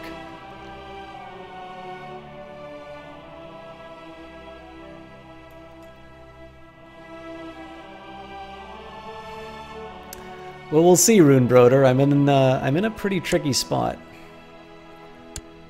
Okay, so we're okay for now. It's also Shattered Retreat, so I didn't lose the full army. Alright, so they're going to Austergautland on May the 9th. We're going to be out of there on May the 4th, so we're lucky. These guys, not so much, although they're going to sort of delay the army. Okay, so they're not joining us. Also, I have the prestige. Okay, so the nice thing too is that I have the prestige to be able to call up 2,500 troops of my own. That would actually be enough to take these guys on. They cost 500 Carney. I didn't at the start of the war. The big one I want to do right now... Alright, new heir. The big thing I want to do right now is take advantage of the fact that I've got another 4,000 troops to bring me up to 6,500. That way I get to keep the prestige if Francia decides to become aggressive.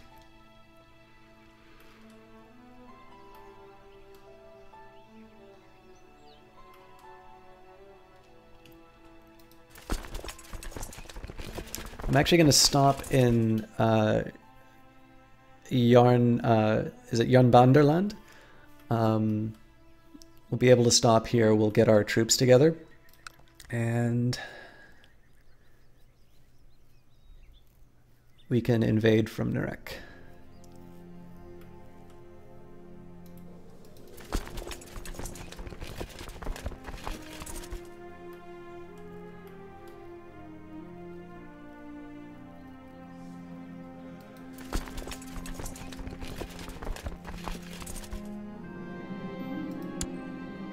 Actually, what we could do as well is we could move on Dal and force them to come to us.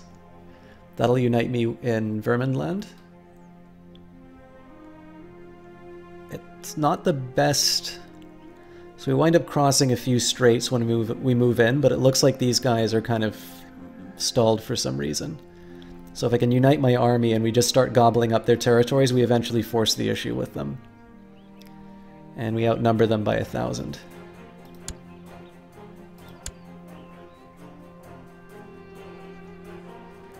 The only thing I hope that the AI does is it doesn't, like, betray me and doesn't come in for the fight.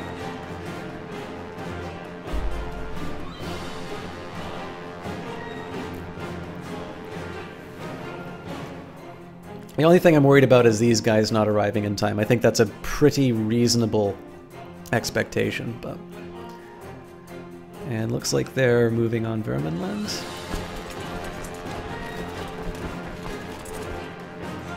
So what I want to know is if I make a move on Vermin Land, if I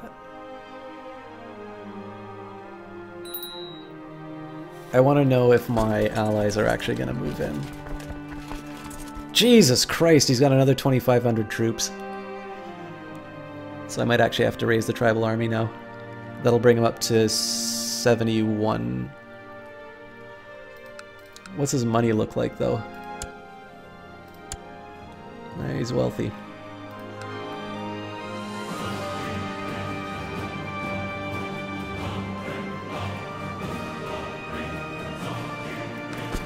Okay.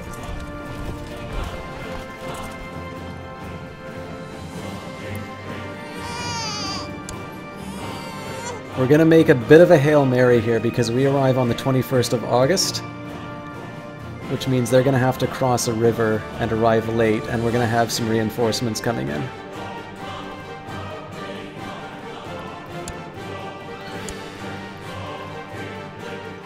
So they arrive on the 31st. So we've got 10 days where we're fighting the weaker enemy. We've got an ally not arriving even remotely close to being on time. I think this is actually going to turn pretty bad for us.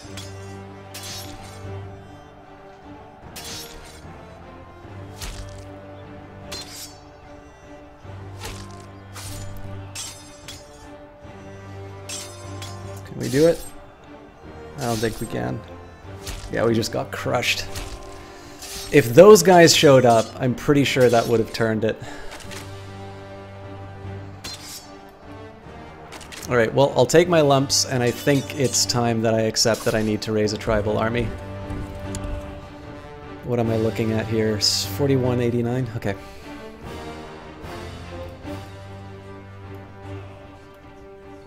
Yeah, see, that's a crying shame, too, because that's another 2,000 troops if everything had been organized. Oh, well. I'll just take a look at what I'm...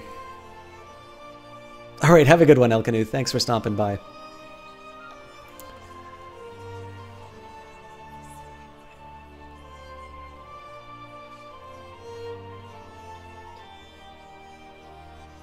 So they've got 6,000. We definitely have enough to take them on, so I think at this point we just go for broke, raise the tribal army.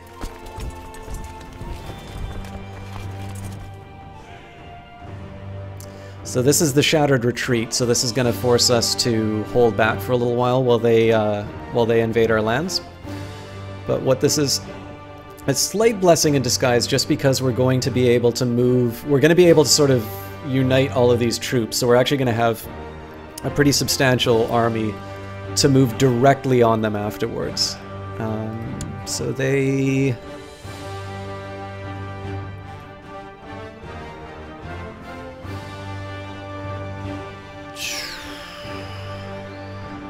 will move like this.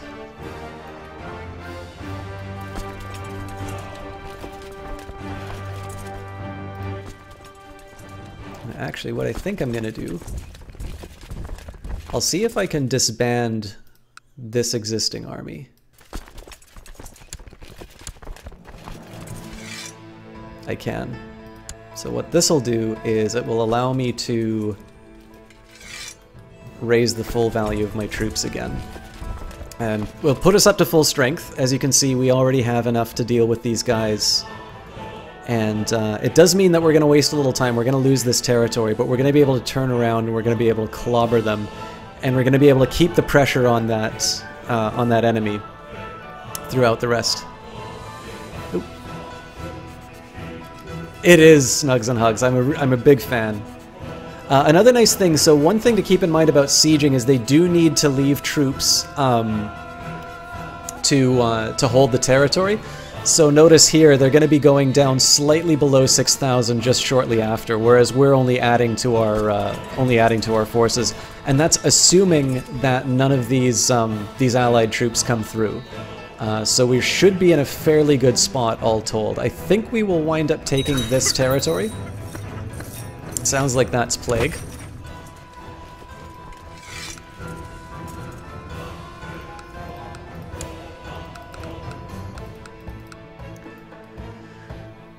And these guys, despite being outnumbered, actually managed to take on one of his smaller units. So these guys are about to get their asses kicked. But even though I had to spend a lot of prestige to get that army back, it looks like we're gonna pull this off. The nice thing is that there's so much compact territory too, so there's not a lot of places that they can run. And when we do finally kind of catch up with them, it's going to be a very one-sided fight. Well, that's cool, the real Garen. I never have actually played Scotland, but what happened to me was I played, where was it? Westmoreland. I think it's around here. And the way that I wound up kind of advancing in the game was... so what are my tactics again? Cavalry leader and rough terrain. Okay, so I should still be in the center.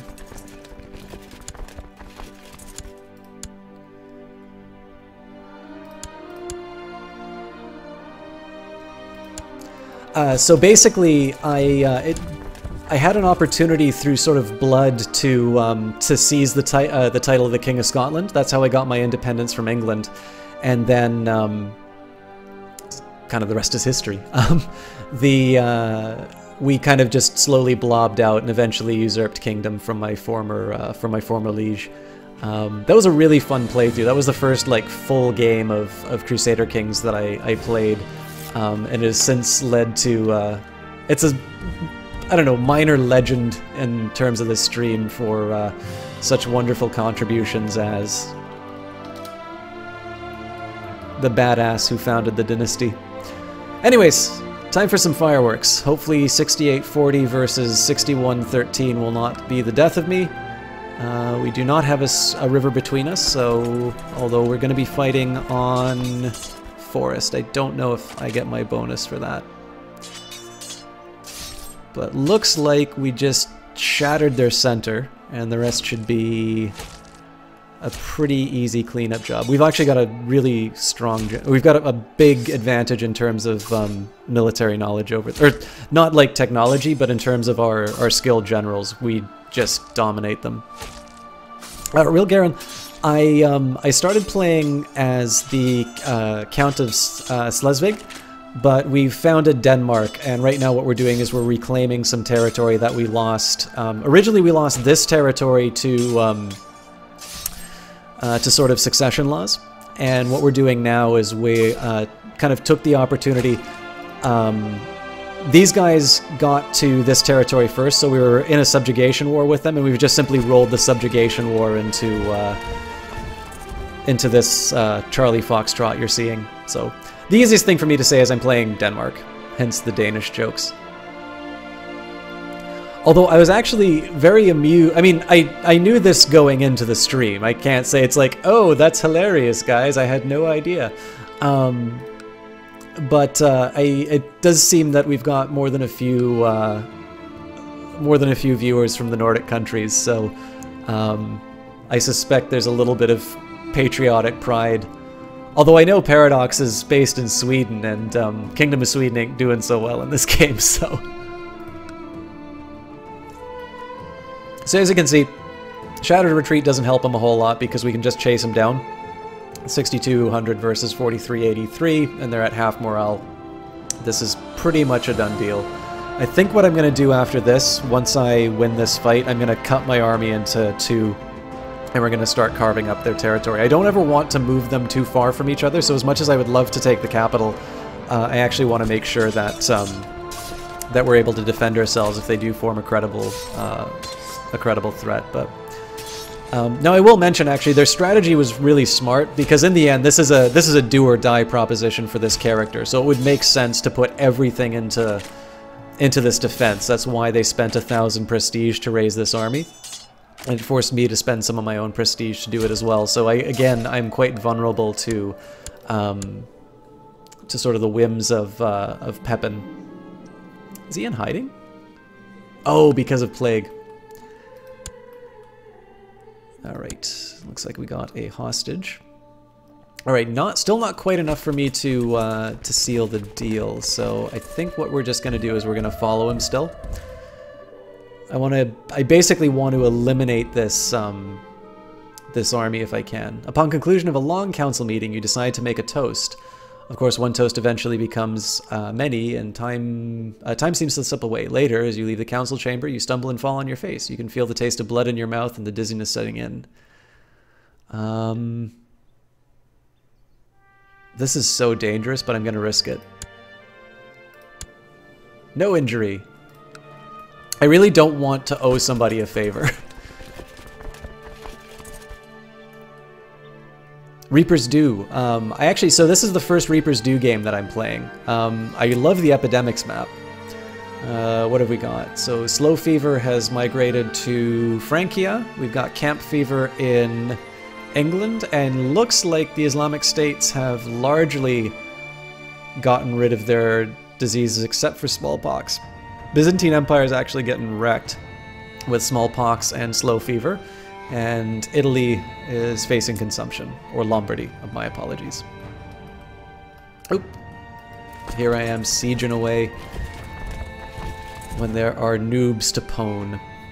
Yeah, Rune Brother, I try not to mess too much with the settings, although I have a feeling that I probably know this game well enough now that I should probably advance the difficulty a little bit. Alright, I'm really interested if these guys are going to try to take Moray. Is it Moor? I'd prefer it if they made the move on Varen so I could take advantage of defense, but looks like I was wrong on both accounts. So I arrive in Just. Alright. Let's just go punch him in the face. Last time you played as Denmark, every firstborn son was named either Dan or Mor. That's really funny. Was that... I'm assuming that's by choice, right?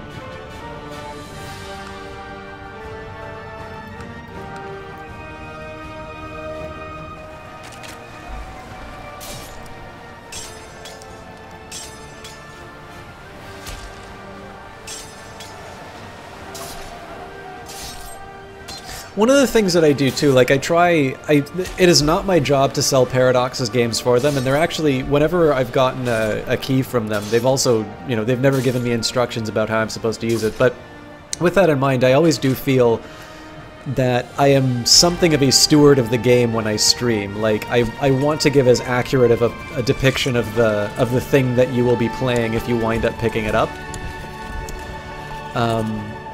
So with that in mind, I do tend to, oh, you know what? We should go to Gotland. So with that in mind, I do try to, I try as best as I can, at least, to sort of put the, how do I put this? Hey, fate smiles upon me, my wife is pregnant. I try to play the game on sort of what would be probably the best assumption of what you would play if you just kind of opened the box and started playing. Or like if you just installed the game and hit play without messing around too much in the settings, which is how I normally play games. It's one of the reasons why I don't do mods as much, although in general I have not been a very big mod guy. Holy hell. And I really don't have a way of dealing with this.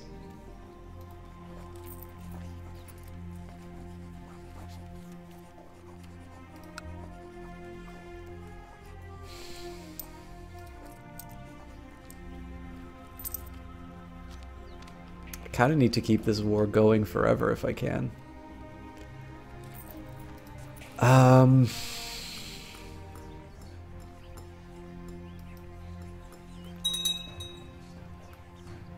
mean, my Spy Master really isn't doing that much here. I mean, I guess we have to take the chance, right? I mean, we might be able to pull it off, but let's see if we can break up this faction in the time it takes us to win the war. But yeah, so on the point of normal normal settings, again, I try to do my best to, you know, to play the game as it is a pretty standard playthrough. Again, would it be fun to do more mods? I think so. I mean, I'll admit, modding has never been the biggest thing of the game for me, right? You know, I think this game stands on its own. Although, with that in mind, Paradox is really big at, excuse me, on modding. They really put an effort into making sure that you can do anything that you want with the game.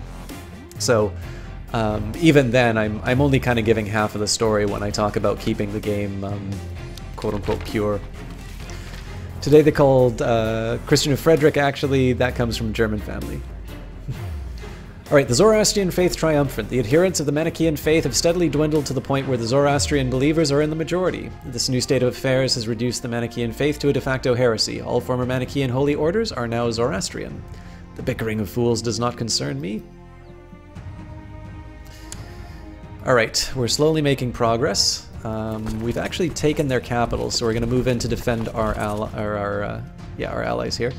Looks like instead they're going to Austergautland, so we will as well. So what we can do here is we can sort of paralyze them.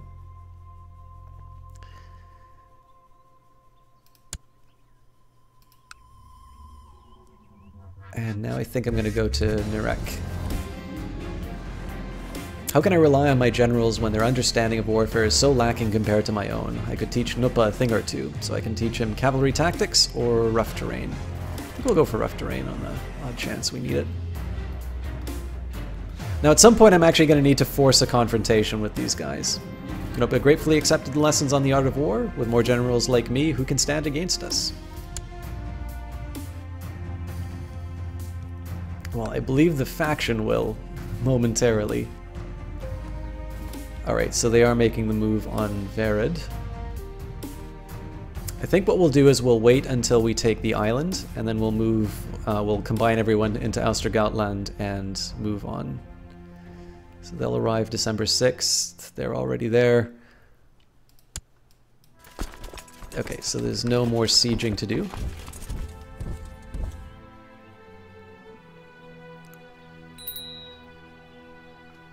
Oop, and we've got childhood foci. So this is my nephew, so not tremendously important. Let's make him... I think we'll make him a general too, so we'll do struggle.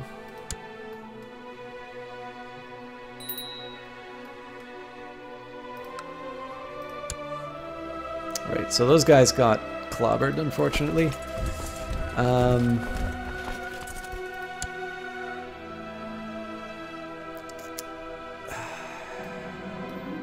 My steward Yakub tells me that his efforts at praising my name and deeds have been met with great success. A small army of warriors have converged on Svelzig tribe, ready to serve me. I just need to make sure that they have someone to fight within a year, lest they become troublesome.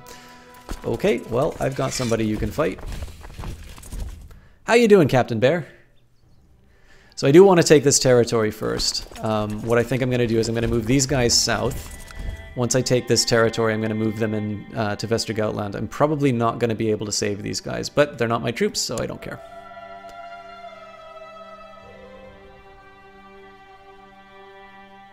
Oh, but I can't afford to put them in. Alright, where are they heading? Halland.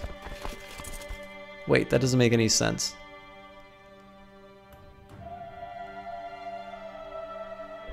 Yeah, they're going to Austergautland.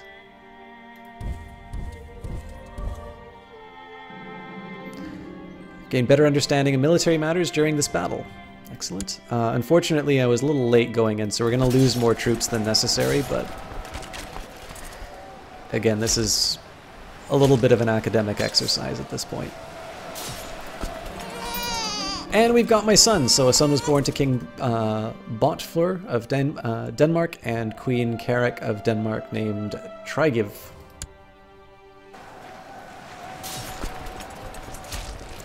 We'll do a similar thing here. We'll kind of combine everybody and then divide them up after the fact. So we've got basically an army twice the size that will be taking them on. I'll make sure that my leader's in the one that'll take on the primary force. All right, I've got a daughter who I will teach etiquette. Actually, I've got quite a few, so... And this is my daughter, so Gyriad will also learn etiquette, because I'm going to marry her off. Oh wait, this isn't my daughter. It's still my niece. So the fact that I have a son means that I do lose the Kingdom of Norge. But this is just what happens when you have Gavelkind succession. This is one of the reasons why I eventually want to adopt feudalism. But until I hit that moment, there's not a lot for me to do. These guys are going to beat the Shattered Army. I don't know if they just get annihilated if this happens. This will be interesting to watch, actually.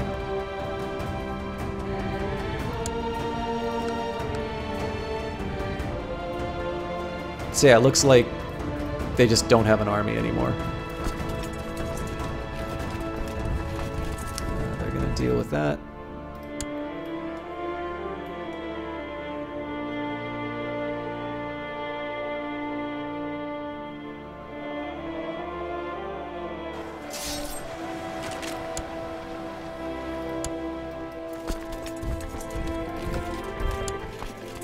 How sad for him.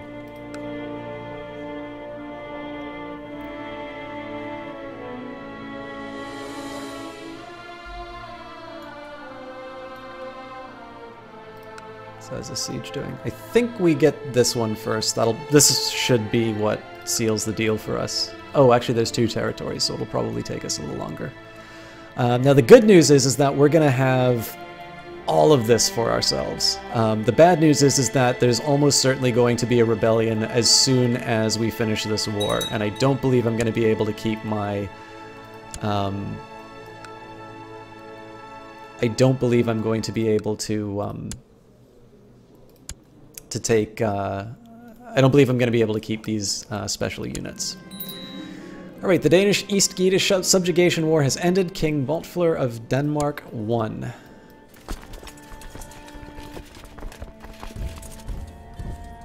So as a precaution... oh yeah, so just a quick word on what some of these things mean. I'm threatening. So this is just because I had a big acquisition. So as you can see, Denmark is reunited.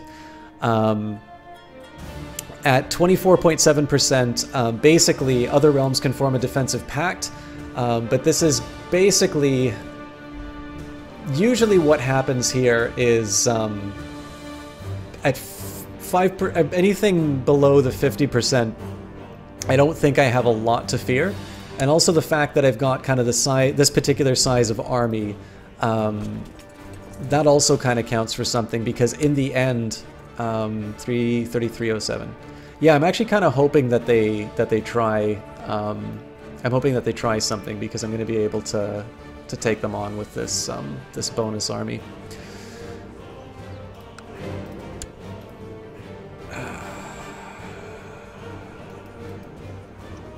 Who are they fighting?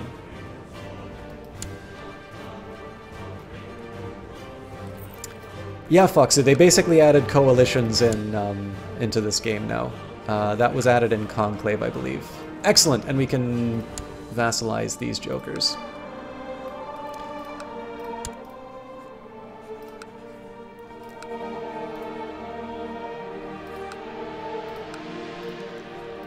These guys are of a different religion than me, so I don't actually expect any,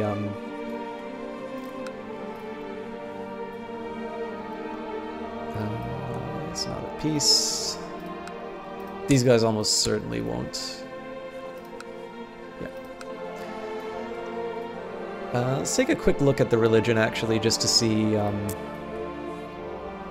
yeah, so we've effectively united the Germanic peoples, except for Rogaland. And that's actually going to be a long-standing war, just because I don't really see how they're going to get boats to and from. So if we can survive our rebellion, I think we'll be in good... Whoa! Well, there goes my special units.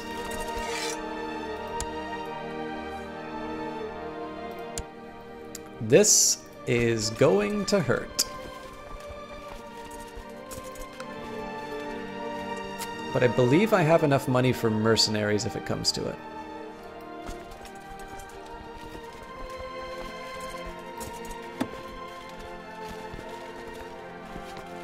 Barely. But it'll do. Alright.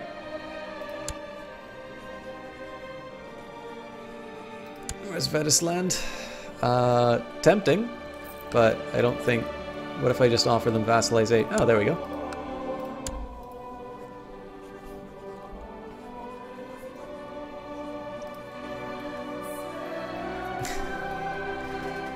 Just come into this big old happy family.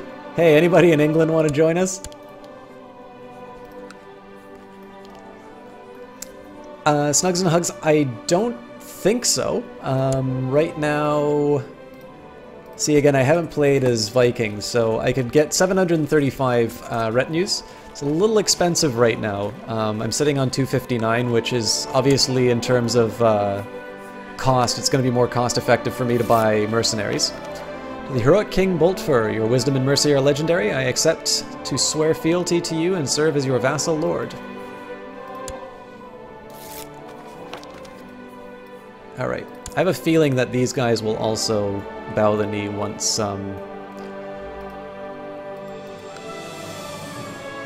once they deal with their little squabble. These guys are Christian, so they're very likely not going to... Oh yeah, and he's a king. What can I declare war over? Oh god, can we just do straight up conquests? Jesus Christ! Oh my god, this opens up so many opportunities now. Hey, the you.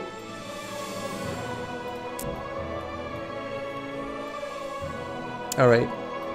So yeah, priorities. 1, I gotta deal with the faction. 2, I think at this point now I need to start thinking about how I'm gonna conquer... conquer my neighbors. Alright. One step at a time. Yeah, the real Garin. I'm as surprised as you are. I wonder if this is maybe something because of the Viking Age? Actually, no, you know what? If I, okay, so let's say... Mercia looks nice this time of year. So if I say Conquest of Chester, pagans and nomads can conquer single border counties without specific reasons. Norse pagans can also take any coastal county. Jesus Christ. Yeah. Snugs and Hugs, this isn't... so I know what you're talking about. It's subjugation, which was what this war was. But this is something a little bit different. And Reforming Faith almost certainly would change those mechanics, although I don't know them well enough to be able to... I wouldn't be able to sort of put my foot down on it. Okay, so my Spy Master, who I'm trying to kill, likes me a little bit more. Of course, he's got pneumonia, so he might actually solve this problem for myself. Who counts as a powerful vassal, though?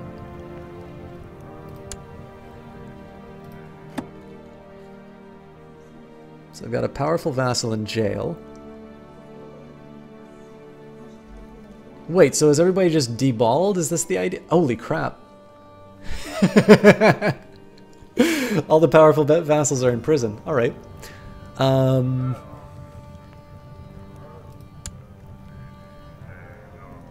nope, nope. So we do have somebody who's outside the tent. And he is hopping mad. Do I really want to put this guy as my Spy Master?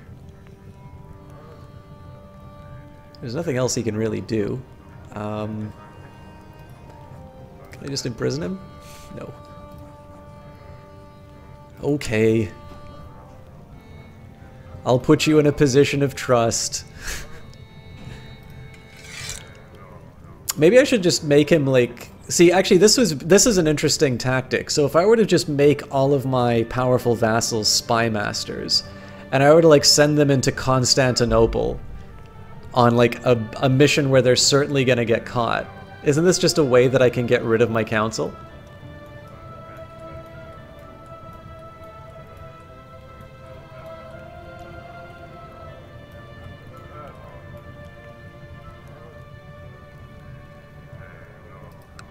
You know, Foxu, Crusader Kings 2 was the first one that I played. It's not even necessarily any particular informed preference so much as it was just that was the way, you know, life kind of turned out for me. Alright, so these are going to be the defensive pacts that form with me. I did notice it was a little harder for me to get into Europa Universalis 4 because the mechanics were so different.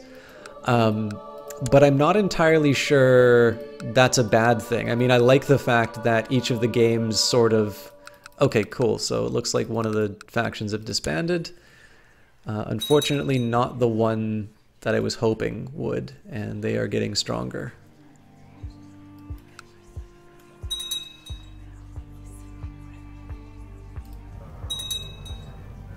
And the fact that I axed my Spy Master is actually...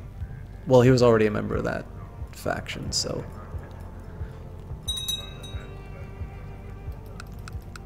I think the name of the game is we just hope and pray and we save our money. Well, that was a short-lived defensive pact. So I like the fact that all of the games sort of reflect the mechanics of the time. I'll notice that my skill in Europa Universalis is pretty weak. I think I make some sort of fundamental errors in the game that cause me to maybe enjoy it less than I normally could. But that's also the appeal of these games, right? Is they're complicated enough that they give you a lot of opportunities to... sort of develop and learn new things about the game. That's why we were talking about backseating a little bit earlier, and I mean... To me, it's very clear what the difference should be. So like when somebody says you should, it ceases to be a stream of somebody playing the game. It's now, you know, I'm playing this game through chat, and it would be so much better if I wasn't buying, you know, I kind of bought Crusader Kings 2 so I could play it, as much as I like having you guys here. But on the other hand, like, the quality of life stuff is really important for the game. So for instance, there was a time, I think I probably streamed this game for like 4 months, not realizing, so like I would normally select a bunch of things with a box like this, and inevitably it would, like, there'd be one army unit inside, and somebody eventually finally told me that if you hold down shift and do the box, it'll actually, and you've already got a naval unit selected, it will stay with the naval units, which was just massive. It was, you know, it was so much better to play the game. But just, it's never really been that simple. It's usually been something a little more twitchy, and it's usually been something a little bit more, it's like, why are you screwing this game up? Don't you know anything? Rah, rah, rah. And it kind of ruins the fun. So with that in mind, like, one of the big appeals to Europa Universalis and, you know, and Crusader Kings and, you know, all of these games that I wind up playing, there's just so many opportunities to get better and to learn new things and to develop your own style of playing. Because, I mean, there's a lot of very good YouTubers who play these games, and I actually like watching some of them for other things, but it's very rare that you get the opportunity to kind of like learn a game, like just learn a brand new game sight unseen. So it's really fun to kind of explore the game and learn things as it goes along, for me at least. But with that in mind, in terms of Europa Universalis, it's definitely something, it's something I wish I was better at, because I actually find the period of history more interesting. But there's something about Crusader Kings with its very personal focus. I mean, so in university I studied political economy, and it's something that I'm kind of still interested in. And just this idea of mechanics that are based around the relationship between the lord and the vassal, and trying to be able to manipulate that, especially with what was brought into Conclave.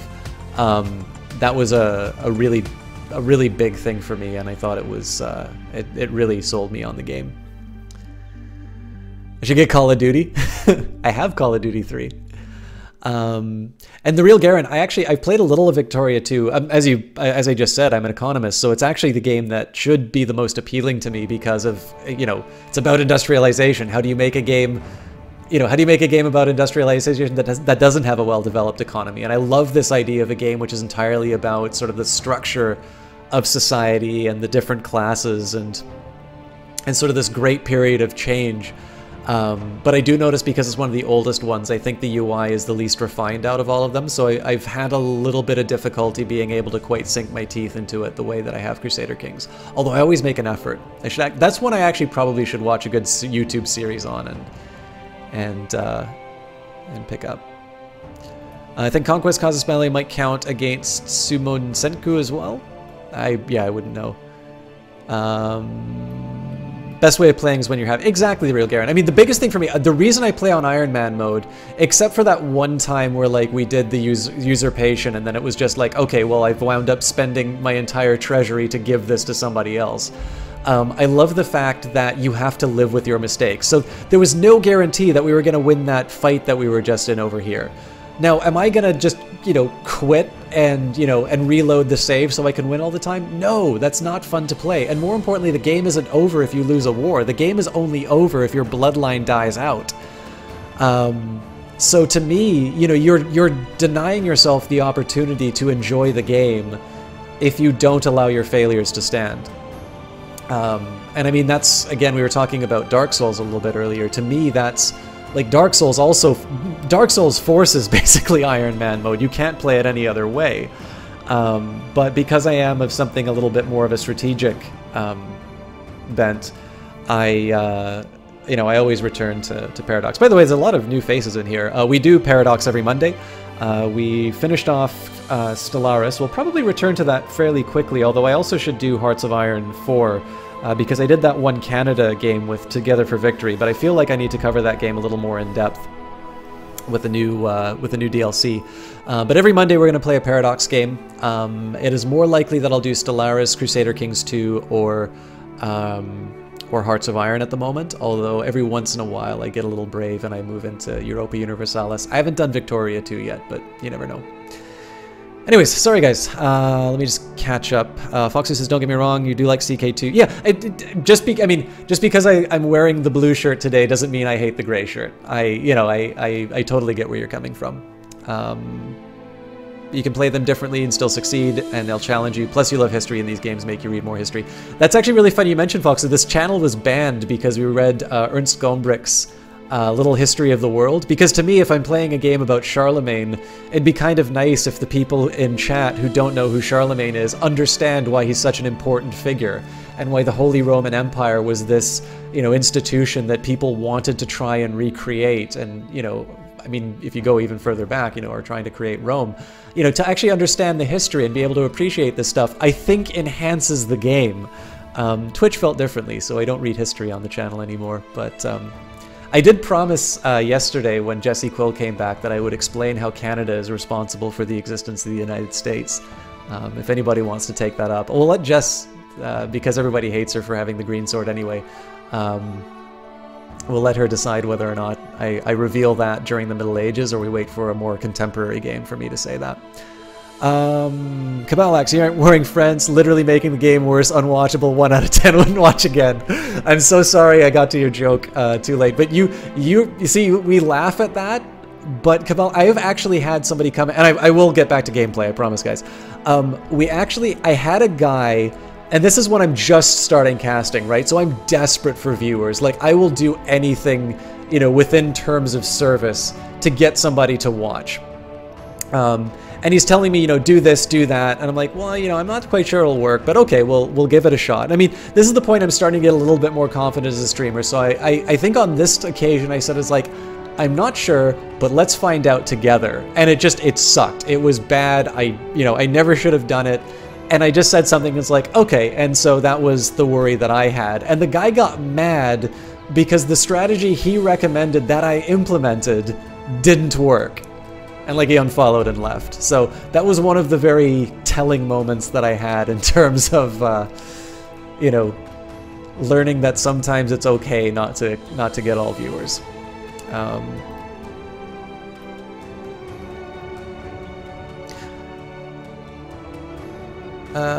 You must play this before the Vassal Camp. I didn't even know. I thought Vassal Camp was always a thing. I mean, I got started fairly late on in the game.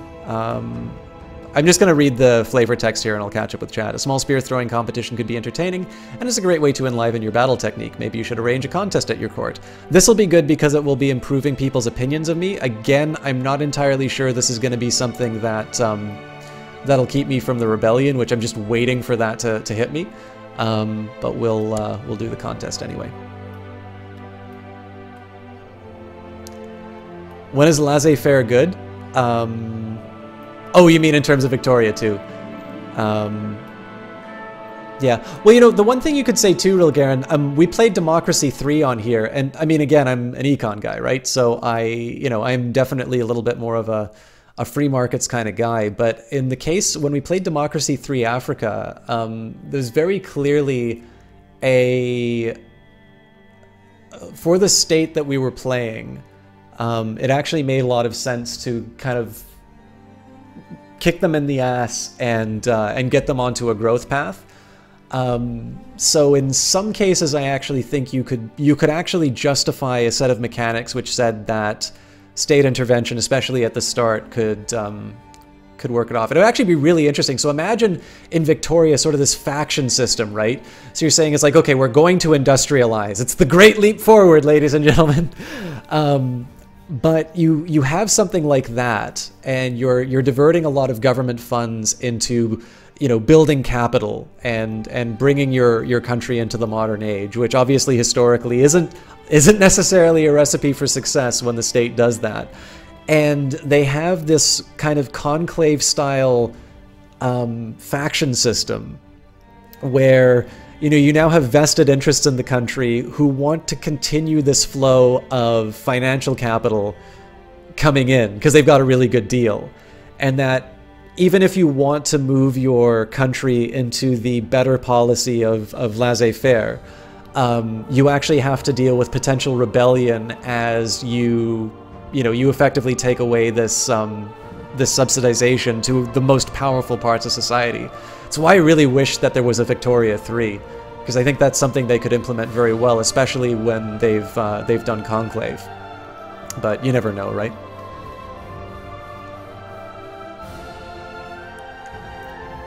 Yes, Snugs and Hugs. I absolutely got banned for reading a book, and it was I could show you the email that specifically says that is the reason.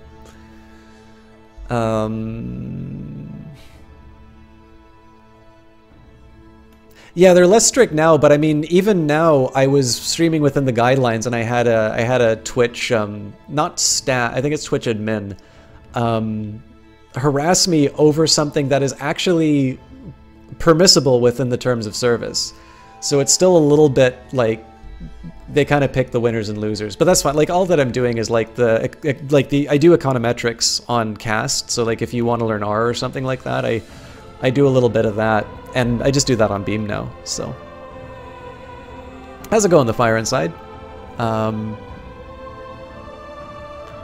was no vassal cap as the Hungarians. You controlled all of Europe, bar France. Alright, sorry. Everyone attending the spear throwing competition seems to be having a great time. They are partaking in the contest, conversing, and laughing together. Perhaps the merriment is a bit too much, as a spear is carelessly hurled into the field as someone is still out there, measuring the distance of the previous throw. That's unfortunate. Totil of Sieland gains the trait Mangled and severely injured. He's my uncle. Is he important? No, he is not. Well, that's unfortunate.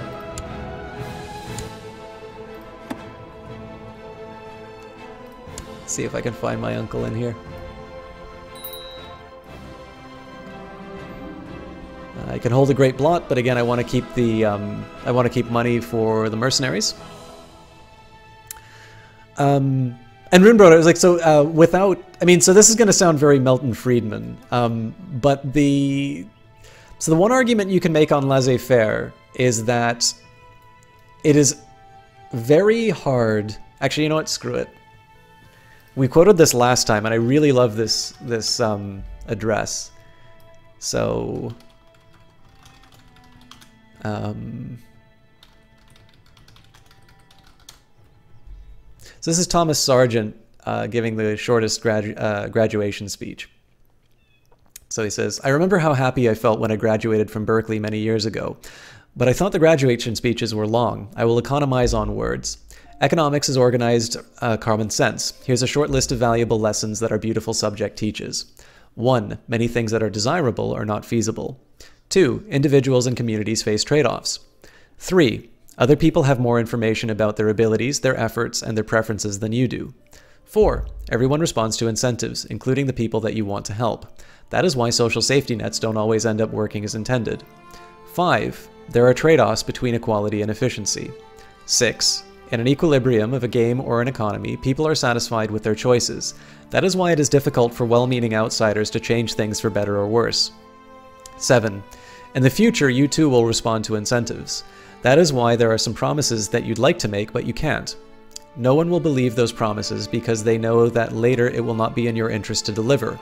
The lesson here is this. Before you make a promise, think about whether you will want to keep it and when your circumstances change. This is how you earn a reputation. Sorry, keep it if and when your circumstances change. This is how you earn a reputation. 8. Governments and voters respond to incentives too. That is why governments sometimes default on loans and other promises that they have made. 9. It is feasible for one generation to shift costs to subsequent ones. That is what national government debts in the US Social Security system do, but not the Social Security system of Singapore. 10. When a government spends, its citizens eventually pay, either today or tomorrow, either through explicit taxes or implicit ones like inflation. 11. Most people want other people to pay for public goods and government transfers, especially transfers to themselves. 12. Because market prices aggregate traders' information, it is difficult to forecast stock prices and interest rates and exchange rates. Excuse me, guys. So why am I bringing this up, other than the fact we're talking a little bit about economics? Well, one is the important point that he makes, which is of the in an equilibrium, people are satisfied with their choices. So it's like you're going to have a budget constraint. You know, you can't have everything that you want. Apparently, there's some famous song about that. But given the options that you have, you're going to choose the one that you want the most. And it's very difficult at face value to then say, okay, I am a benign social planner. I'm going to come in and I'm going to make a better decision than what you can come up for yourself. What you need to do is you need to introduce some kind of distortion in the model. Now, there's lots of ways of doing this. Some people will say there are psychological biases that keep us from sort of achieving our fullest potential, or from doing the things that are actually in our best interests. You can also talk about negative externalities. So a really good example here, right, is that I'm following my own interests in this game. I'm sort of enriching myself. I'm building up my my territories. I could build a new market city, but of course I'm not going to do that because I want to keep the money in case I need to hire mercenaries for a faction. There's a lot of different things that I can do in this game. Now, let's leave aside the fact that the mechanics don't allow me. I don't have any hospitals in these counties. In fact, we are very susceptible to disease here. And the fact of the matter is that even if I was a feudal state right now, I probably wouldn't have built these hospitals.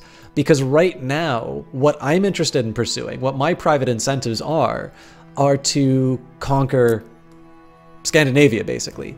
I want to get as much territory as I can, and partly this is because there's the threat of West Francia. Partly it's the fact that I know that I'm going to lose some territory due to Gavelkind succession, and as a result I'm going to, I'm going to have to go and rebuild my my empire. I also know that I have things like factions, so if I build private, kind of this private security, I'm going to be a little bit better off. I'm going to be able to defend myself a little bit better. There's a lot of different reasons, but one of the things, it's very hard for me to say, it's like, okay, well, right now I'm not really seeing any effect on my production. And how much territory do I own? Like, do I really think that I'm going to be able to build a hospital in every county and prevent the spread of disease? That's ridiculous. It's just not going to come here. So again, is it in the public interest that these hospitals be built? Absolutely. It is a tremendous welfare improvement. But right now, the benefits to society as a whole, everybody shares in them. But right now, as the ruler, I'm the one who pays for it. And I'm like, well, I want to pay for my army because I don't want to be toppled off of my kind of being the king of the hill. And so in those situations, once you start introducing these distortions, things like public goods, where, you know, if everybody gets vaccinated, then that's better than if only one person gets vaccinated. And there's a certain threshold of vaccination where you'll be safe as a society.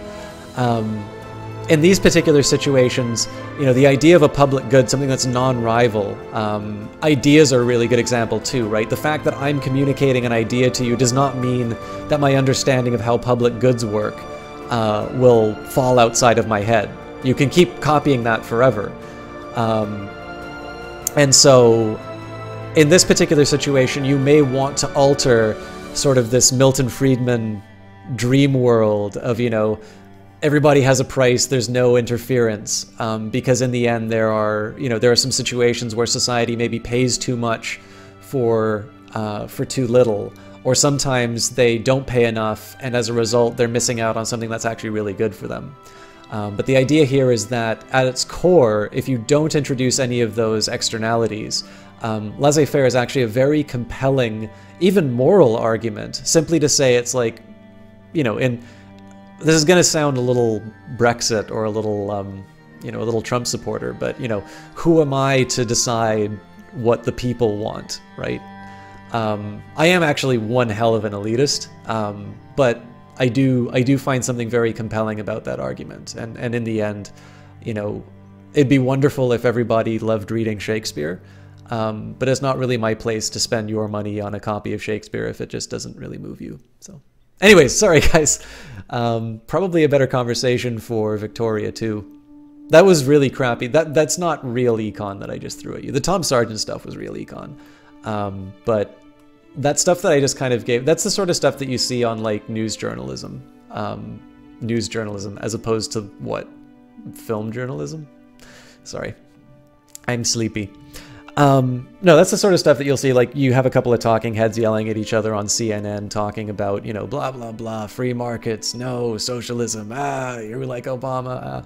I've never sat in a class of a prof that I really respect and have had them sit down and say, it's like, here's the way you should vote, or here's the party that has all the answers. They look at a problem, they analyze it as clearly as they can, and they allow themselves to be swayed by the argument. Now, you have to make certain assumptions for your model.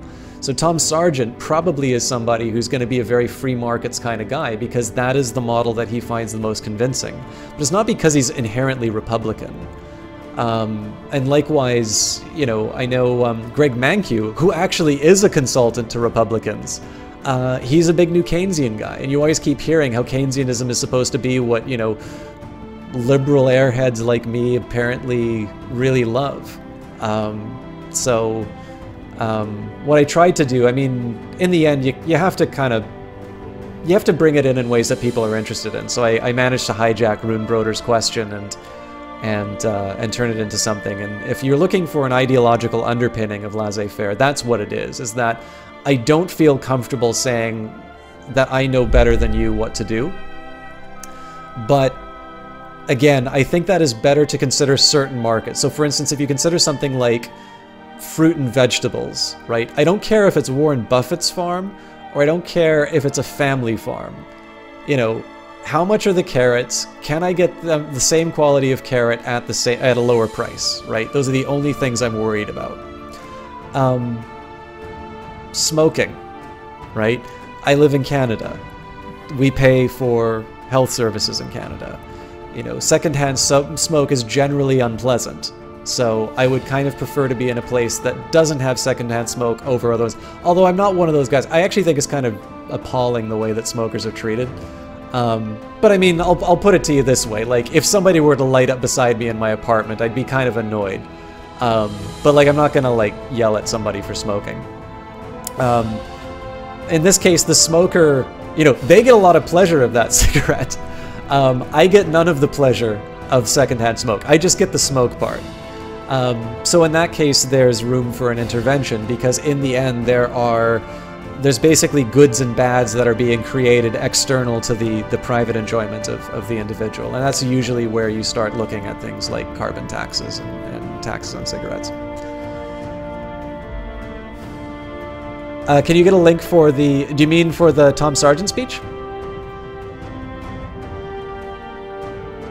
Only the strong survive disease. That's how down works. Thank you, Real Garen. I'm sorry, especially to those of you who are new to the stream. I apologize. I do occasionally go on these tangents, but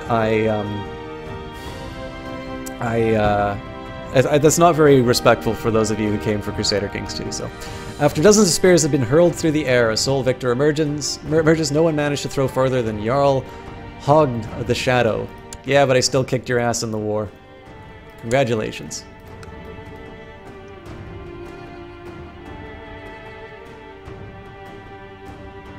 Non-smoker usually hang out in the outdoor smoking area at the pub because it's quieter. Yeah, I mean, more importantly, it's great. Smoking's a great way to make friends. I've never smoked, but I have a lot of smoker friends, and I've met more interesting people. Let's face it, the cool people are out there smoking. But yeah, I get, like I said, I mean, would I want to be inhaling smoke right now? No. But yeah, I'm exactly like you, Snugs and Hugs. I don't mind going to the smoke pit because I'd much rather have an interesting conversation than sit with the, I mean, I'm drinking anyway. I'm like, oh yeah, I'm making a really good health choice here, guys. Violence seems to be able to solve all your problems. Life is easier when you simply smash things into submission. I don't know what Totil of Cielin did, but I seem no longer to have the patience to negotiate. And I become Wroth, which gives me +3 to martial, but -1 to intrigue and diplomacy, things that I have a feeling I'm going to be needing in the future.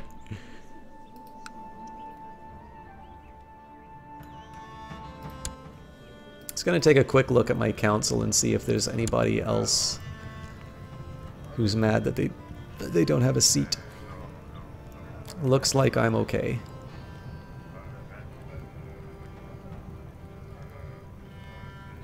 I bet I could give a title to this guy, and he would like me.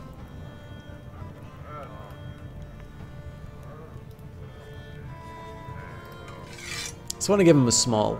Oh, hang on, and I can also appoint my court eunuch.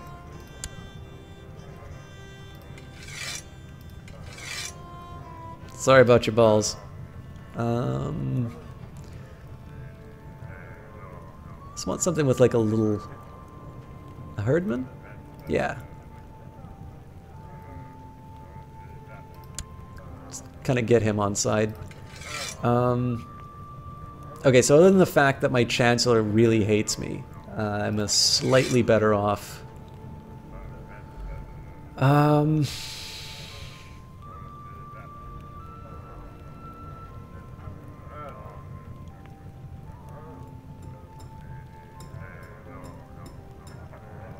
Yeah, I think we're gonna keep with that. Got a couple of glory hounds, which is not always good for me. Not surprising, this guy's malcontent. I like my marshal a lot.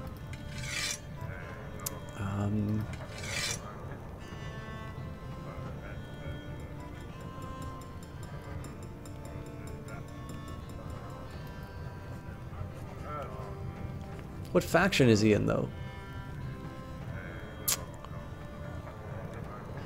Alright. See, I don't think I can change any of the laws, but let's see where we're at. So if I want to maximize... Oh, hang on. It doesn't tell me if they support it or not. So can't do anything for 2 years anyway, so... Yeah, actually, I really like this guy. He's quite the character. So by the end of his life, he was scarred, disfigured, stressed, one-handed, and we actually tried, so we kicked a cat. He got cruel because we kicked a cat hoping that we could make him one-eyed as well, but we lost the opportunity.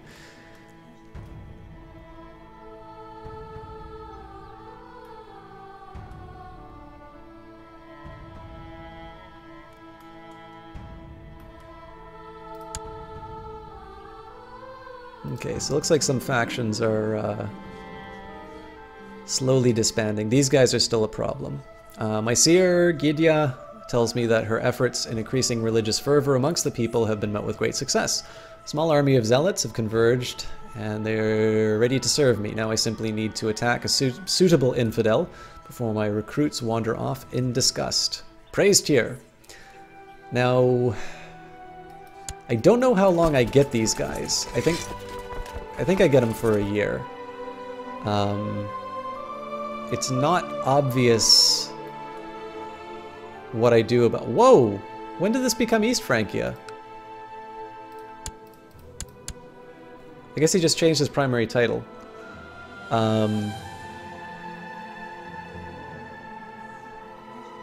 Just getting the voice of Jesus. He's secluded with his courtiers, crushed a revolt, severely injured, one-handed, still demon-possessed.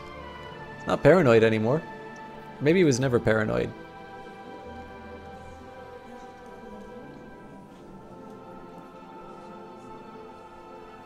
Not even going to be the laissez-faire guy, but as long as you like the guy. Yeah, and Runebroder, you said, can you get a link? What link were you looking for?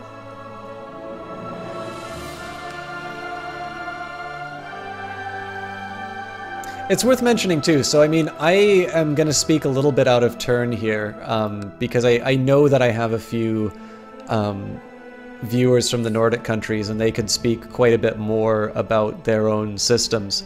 But one of the things that interests me so much about Western conversations around the Nordic system is they focus a lot on kind of the social safety net parts, which I think are important. I mean, I'm Canadian, right? So it's going to be really hard for me to turn around and say it's like, oh yeah, you just got to pull yourself up by your bootstraps.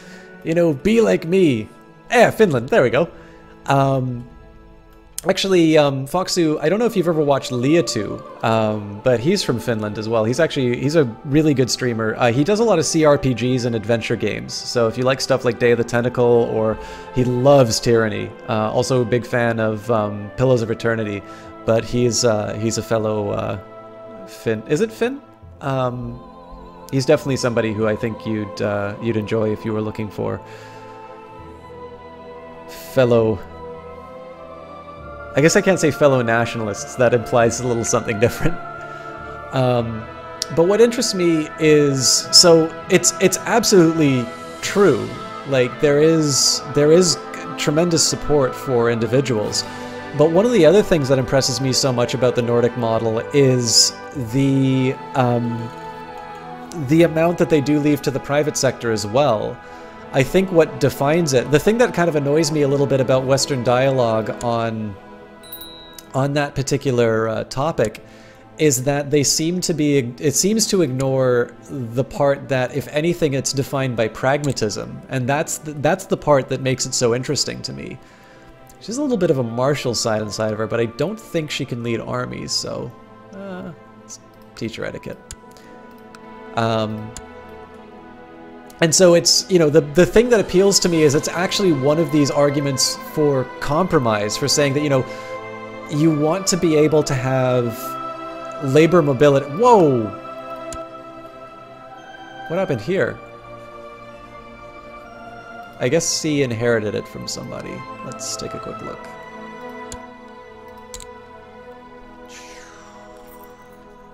Elected.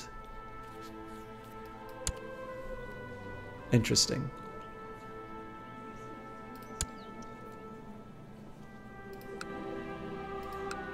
Again, I'm waiting for him to finish this bloody war with Iceland. It's still at 0.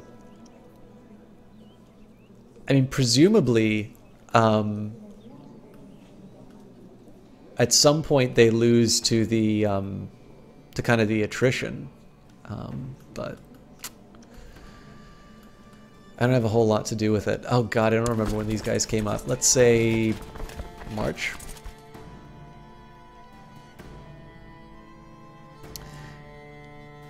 I was looking for a positive laissez-faire link since it seems kind of like a terrible thing. Where are you from again, Runebroder?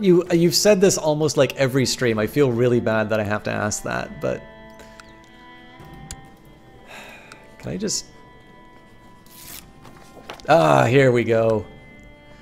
For too long you have restricted our rights. The time has come to decrease the level of tribal organization. You must submit this demand peacefully or face the consequences. Rest assured, I have the support of others who are equally determined that things be returned to the natural order.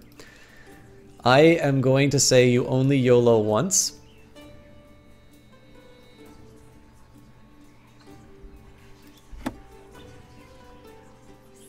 And I am 87 away from being able to raise my tribal army. What am I looking at here? 4,000 men. Okay, let's have a sober look at the numbers. I've got 2,200. If I empty my treasury, I can get another... Oh...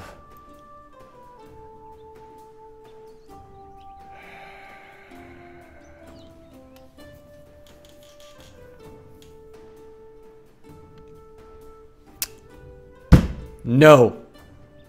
Oh, you are from Denmark. Sorry, Runebroder. I think I'm doubting myself a little bit just because I'm playing Denmark. But see, that's really funny because, I mean, so far as I can tell, like, with Denmark, I believe you, like, if you can be released from your job without notice. Correct? I should have made some alliances, I think. Okay. Let me think a little bit about how I'm going to do this. Alright, so I've got my troops together.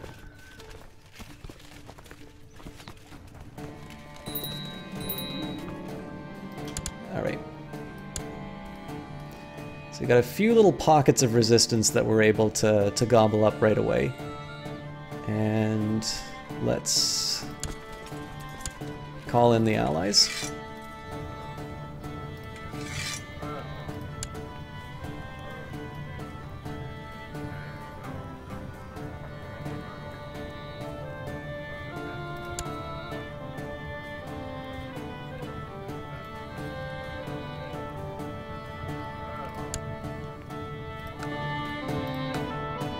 Yeah, this is going to be a little hair-raising, but let's see what we can do.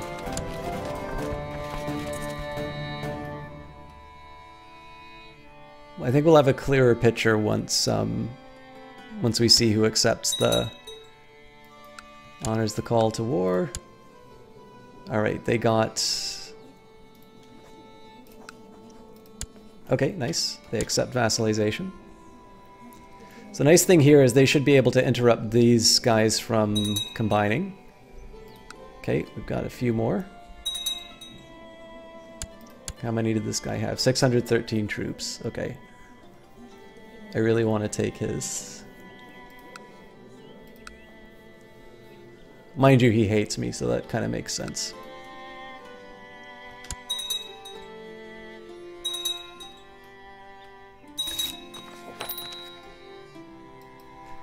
Nice. And what does he have? He has 1,000 troops he's going to be bringing in on this. But he hates me. Alright, you know what? Screw it. You just swore loyalty to me? Prove it.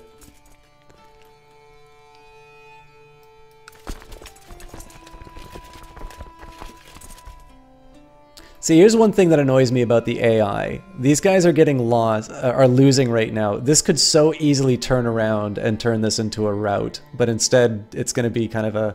I think they might actually pull it off if they get there in time. Got a new heir. Yeah, this is over. Okay, excellent. So I believe the combined forces will be enough to... Oh, but they're calling in allies too. So we actually need to move pretty quickly on this, otherwise we're toast.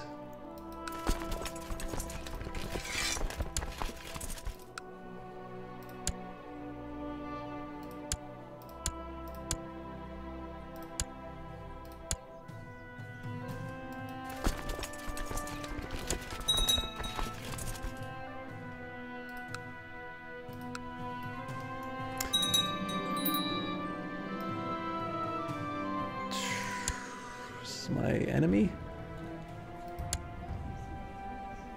Defending against. Oh, nice. Okay.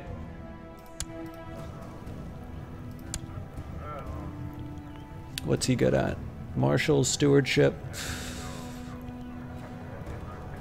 He sucks as a... Man, he sucks at everything.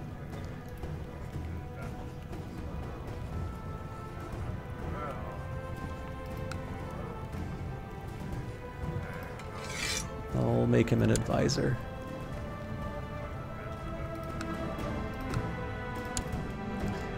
Okay, I think we're gonna survive this. But yeah, so Runebroder, like, again, the laissez-faire thing, it's hard, right? Like, I think especially too because people tend to get very invested in these particular political claims. Yeah, this is embarrassing. This is gonna be like 3 armies that get nailed.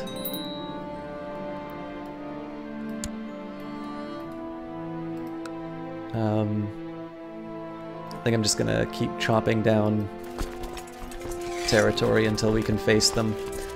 The nice thing too is I have a reserve of spending money on mercenaries. I'm not gonna do it right away. I'd prefer not to if I can, but I have the option if I need it. But yeah, to me, I don't quite see the point in being committed to a particular political ideology over having kind of a sober assessment of the facts. Like, if it comes right down to it, you know, would you prefer to have, you know, some guy just shouting at you, you know, this is what you need to think? Or would you like to sort of see the evidence and make a judgment for yourself? I mean, you'll sometimes be wrong. I'm wrong a lot of the time. But I at least like being able to give my assent to an idea, rather than saying that, you know, oh, socialism's the devil because you're not allowed to choose, which is not entirely true. Or, you know, capitalism is bad because it's indifferent to the suffering of others. Again, that's also not true. Your preferences can be such that you want to see the well-being of others. And I think that's how most people live their lives. But your mother, Glode, has asked you to consider her for a position of the steward on the council. While you are sure that she would be up to the task, it would be an unconventional choice, if not an outright scandalous one. Your vassals would not be happy. So, my vassals have a negative 15 opinion of me, which I can't afford. Yeah, I'm gonna say no to the Queen Mother. Haven't seen the main body of the enemy force. I kind of hope that that means that they're so disorganized that they're not able to sort of unify. The other good news is that a good majority of my force is over on the left here. Oh, and Glode died, so... The defensive pact against the Byzantine Empire has ended. He died in a battle against Ikta. Mom, I need more ducats! Mom! Mom, get the scribe! I just won a 3-to-1 battle!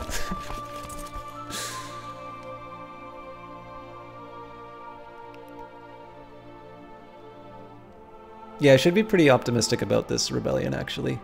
And we introduced revocation, so I should be able to pick up, at the very least, something in my duchy. And maybe a little bit more.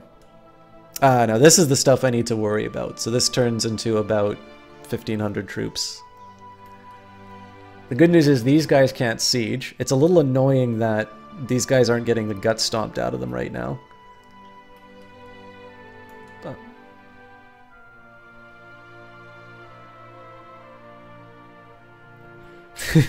you'd be surprised, Runebroder. I mean, one need only sit in a philosophy class. You know, this is the real shame. The thing that first got me into academics was philosophy, and I still love the subject. I like the boring philosophy, though, so take that as you will.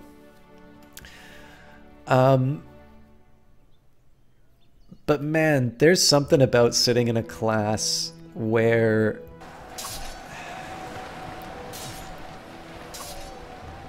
You know, you're engaging with really interesting ideas, you're engaging with some of the finest thinkers in history, and yet there is a very common type of student who will always raise their hand only to basically say something that could very easily be responded to as You know, well, that's just your opinion, man. The Big Lebowski test. Like, one of the finest compliments I ever got in a philosophy class was somebody saying, it's like, you know, you are the only student who, when you raised your hand, I actually wanted to hear what you had to say.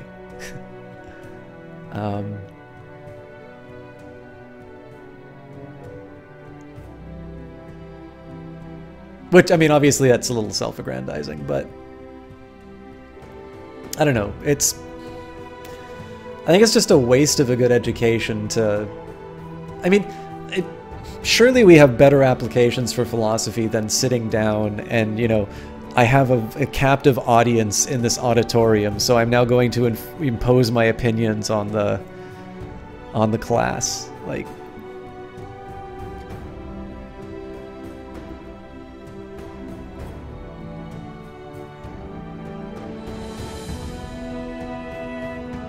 Anyways, now that I've got that chip off my shoulder, I still think the big question for me here is not so much what I do with this territory. It makes sense to just lock down as much as I can.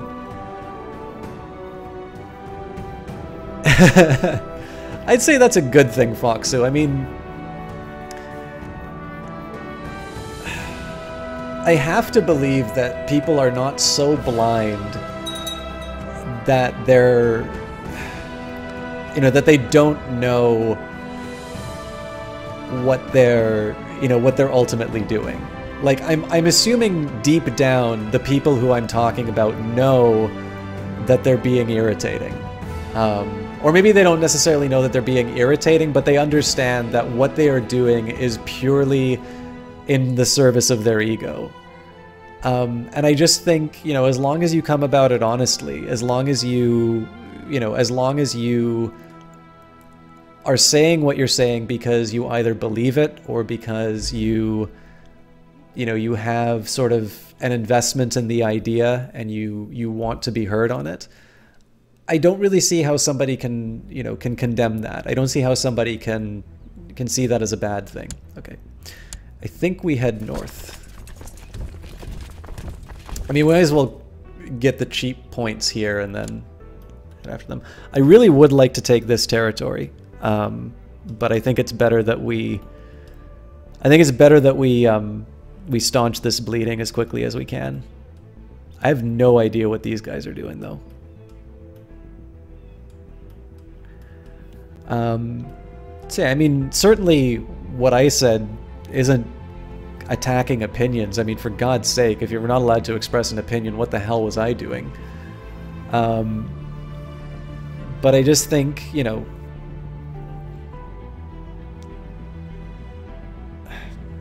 there's a way of questioning. So, you know, if society, and, you know, in Western society, we should never eat babies. And, well, why don't we eat babies? This is a very reasonable question to ask in the context of philosophy class, because in the end, you're trying to pin down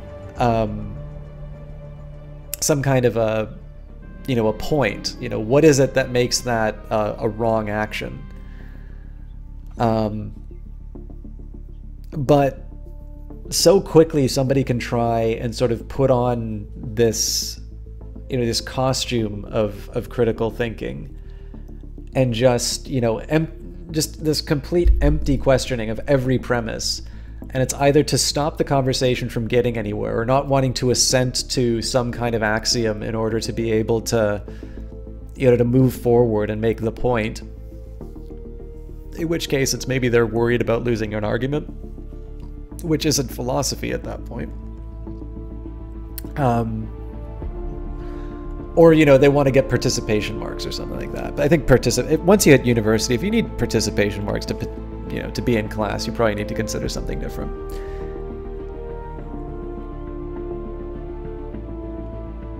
No problem, Captain Bear. Oh, Runebroder, I mean, if Jess is still here, she can tell you about my shit posting in her channel.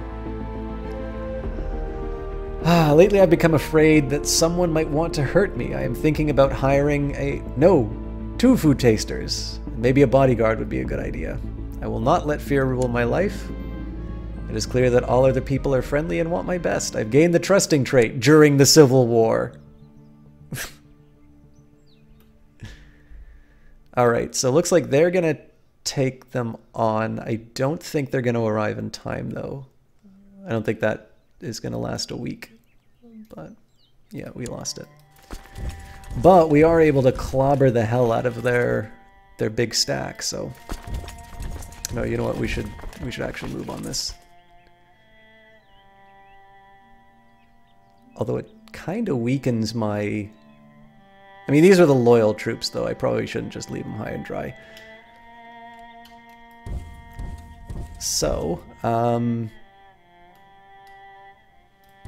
actually going to... So we're going to kind of go through a little bit of a tour. We're going to help with this fight. And then we're going to claim this island.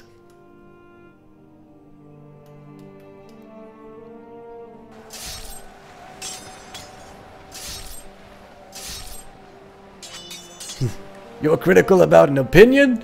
You know who was also critical about opinions? Hitler! Well, on my favorite topic of backseating, when we were playing Democracy 3, a guy came in, and he started asking questions, and it's fair enough. I mean, I get Democracy 3 is not everybody's cup of tea, right?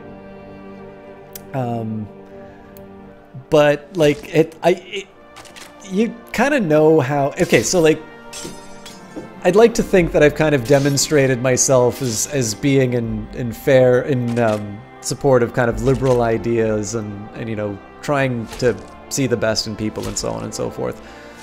But you know how you can just kind of tell that somebody's crazy, or how you can kind of tell that somebody's a bit of a dick? Like, even before they open their mouth, like, you just kind of look at them and it's like, that guy doesn't have it all together.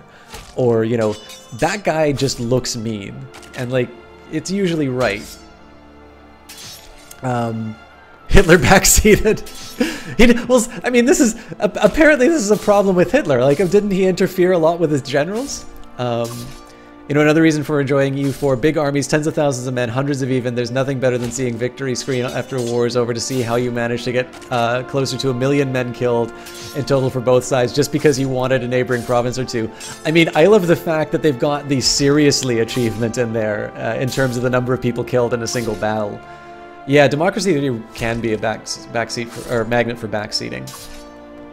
The first time I played it, like, nobody let me get a word in edgewise. It was all constantly, do this, do that. And I'm like, you know, Positech wants your money.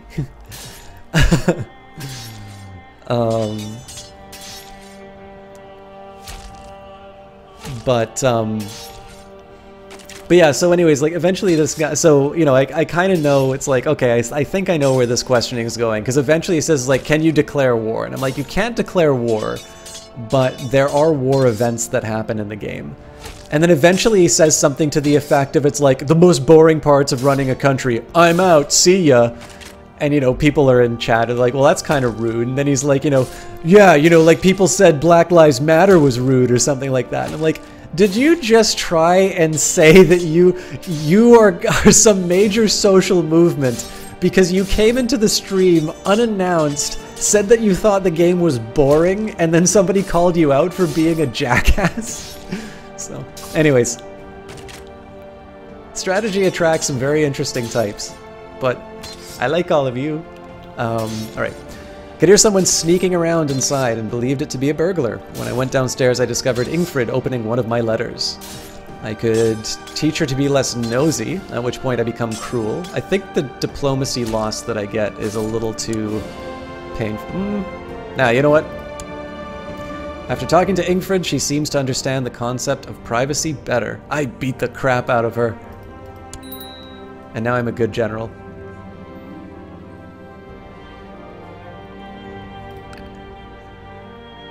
King Botfur of Denmark was maimed in battle by a valiant foeman. Oh, Jesus. Your formerly smooth face is now a torn, disgusting mess. You are disfigured. What is it with this family? Can't show my face anymore. Sorry, wife. 27. At least you bore me a son. The holy warriors my seer attracted to fight for Odin have become disillusioned by my ungodly refusal to fight a holy war and wandered off, damaging my piety greatly. Well, lose 25 piety, lose my event troops, but I didn't have, you know, a civil war to deal with.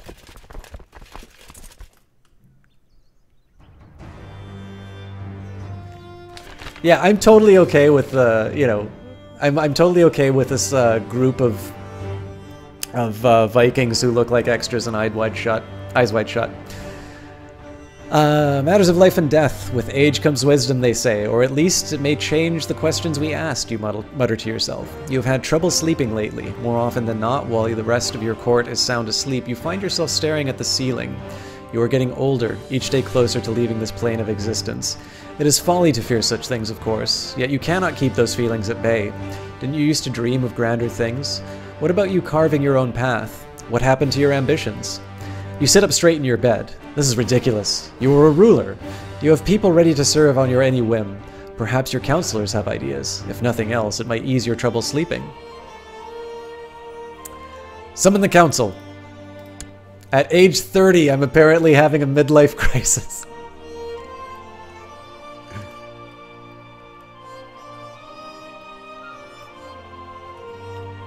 Americans. This thing, they're still around?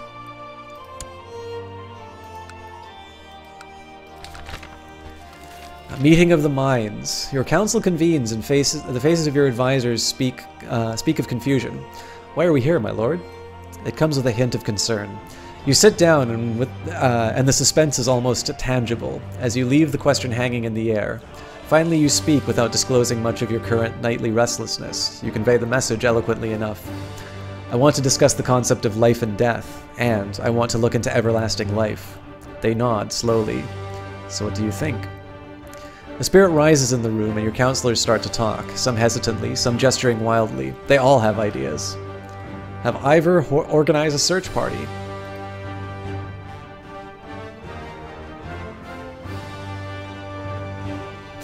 You Canadians are getting a wall. We tried to be nice, but you crossed the line. Listen, we'll gladly pay for that damn wall. See, one thing that's kind of cool about this is you reflect on the fact that this guy's lying back in bed, having just, you know, taken a massive injury, and now is kind of on this quest for eternal life. I actually kind of think the timing is pretty cool for this character.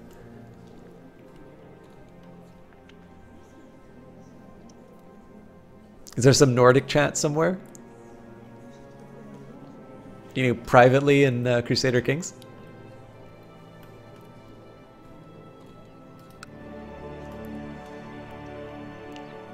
Hey, it's no problem there, eh, Captain Bear?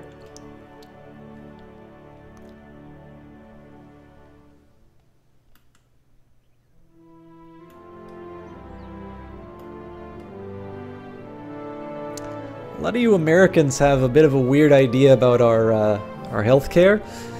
You were talking about that Breaking Bad show, eh? And it doesn't end with Walter getting treatment. He becomes a meth dealer. It's a little bit more like, hey, you stay off of Maple Avenue and Moosehead Boulevard. That's my territory, eh?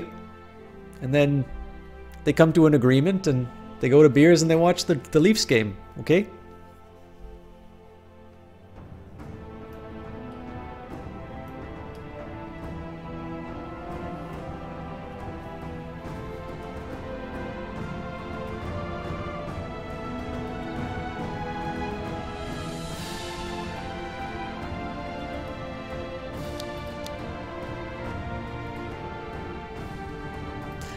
So I'm kind of curious if this rebellion is... Are they like fighting some other war? No. I don't understand this troop build up to that. They're kind of just abandoning the war at this point. Works for me though, because again, if we can sort of drain everything in this bottom area, we just move up and devour the rest of their troops.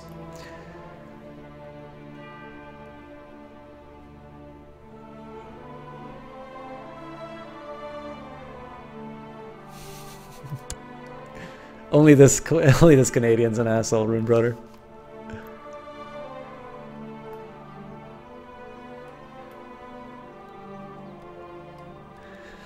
I'm a little bit past bedtime, guys, so I'm going to... what we'll do is we'll finish up the Civil War. We'll do a quick debrief on what happened today. We didn't make a ton of progress, like, offhand, but behind the scenes we actually got a couple of major milestones, so... Paying your passage. I'm not going to say I believe the stories, but we have picked up some promising information, my lord, Ivor says. However, we could do with some more supplies if we were to journey even further. In fact, I would like to send word to hire scouts in certain more distant regions. If we're to follow the leads and continue this mission... He pauses at the door, his posture strained. Of course, there are other ways to reach eternity, he sighs. When you open your mouth to respond, indignantly he interrupts you. I suppose the attitude comes with the job, master. My apologies. Your marshal exits the room, his steps growing fainter as you consider your options. Incidentally, this guy's disfigured as well. You just can't see it beneath his fancy mask.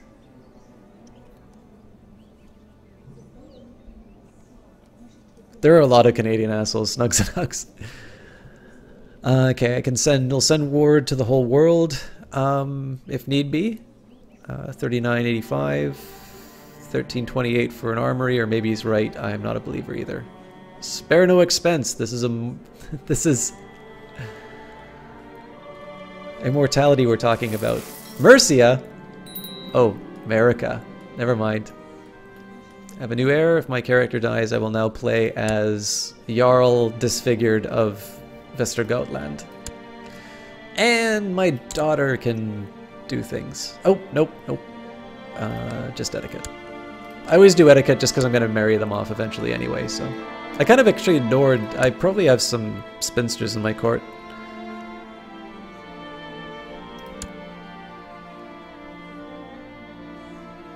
Oh no. Nope.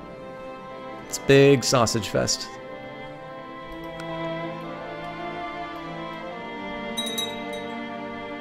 Alright.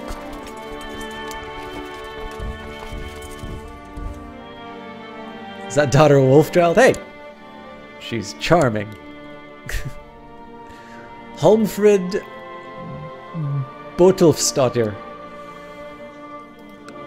My apologies to my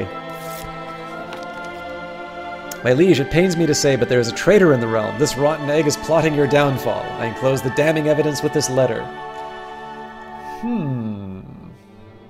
So Halfdan the Lewd is trying to suggest...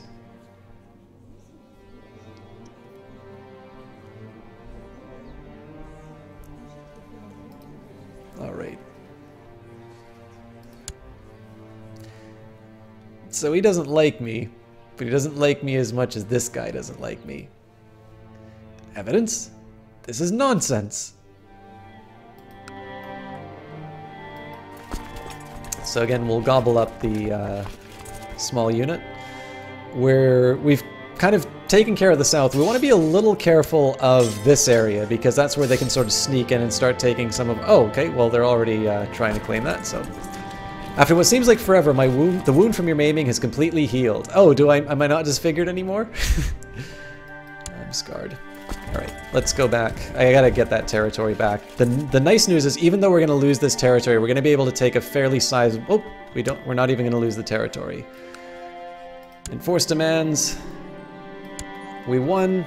We don't need to give up our... Alright. Don't need to give up the laws. We can actually do new laws. And they don't want to be vassalized.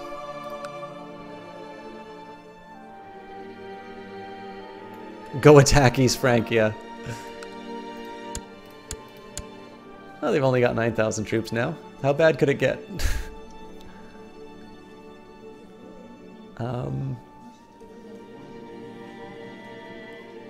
Man, they are really good at only having one kid. This is actually going to be a big problem. Alright. Council-wise, it seems like there are no powerful vassals to worry about. So let's just take a quick look here. For my prisoners.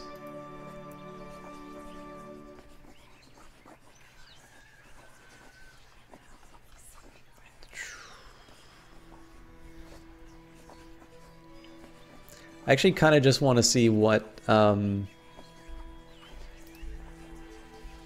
here we go. I just want to see what revocation gives me.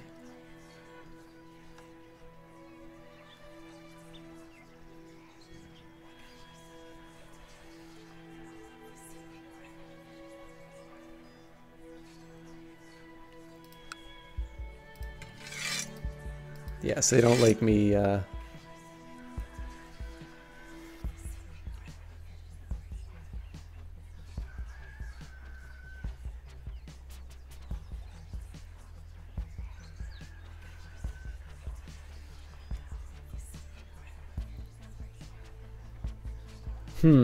Interesting. So Hirokir is the one who, because he's a glory hound. So the funny thing is, if I can bring him on side, then I get this.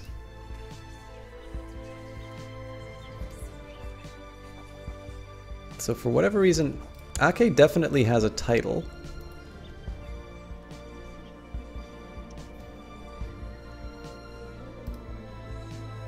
But he's somebody else's vassal. Arnie, I would be a little less inclined. Yeah, because he's family. The only problem is he's like negative 100 on me, so...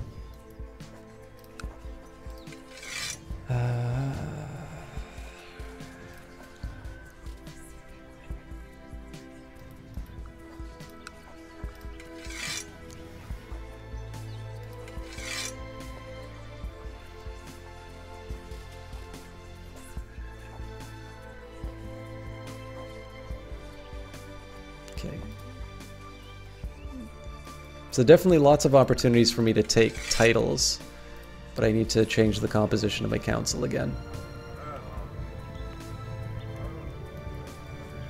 Okay, why does this guy hate me?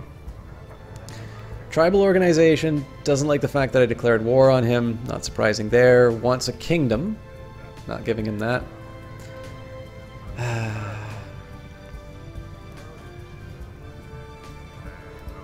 Maybe...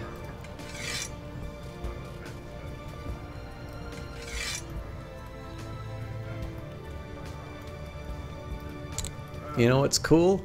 Spy missions in Constantinople. Alright.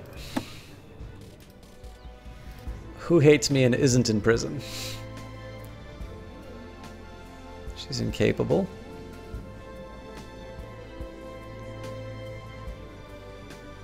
Well, actually, we're going to be in some pretty good shape. Let's do a bit of a charm offensive on my former spy master. I find it unlikely that I have so few powerful vassals. I'm actually going to tick this by a couple of...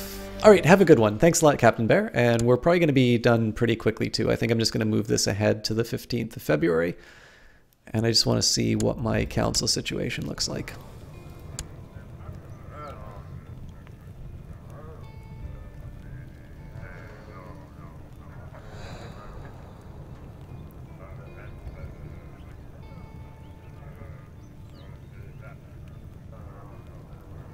Okay, well, in this case, I'm actually going to start appointing some people. I got to keep him on the council, unfortunately. As far as Osiris, we've actually... Okay, so I've kind of improved the quality of my council to the best I can get, unless I want to fire my powerful spy master, although with luck he'll be kidnapped, and then I don't need to worry about him anymore. Intrigue. Surely there are people I can kill.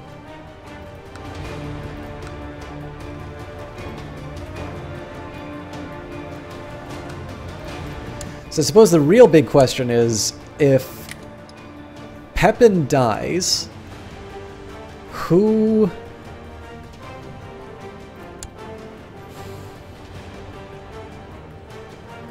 see, it's ambitious.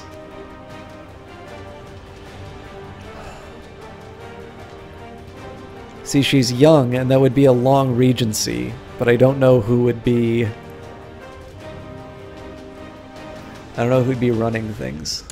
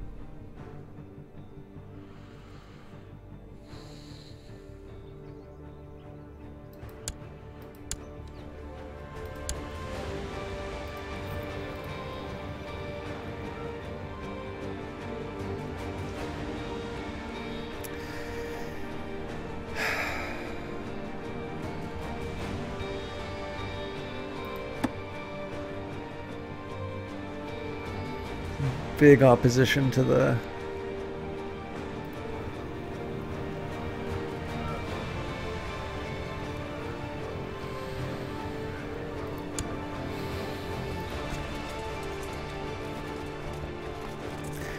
Okay, well, now that I've redone the council, what would it look like if I tried to do revocation?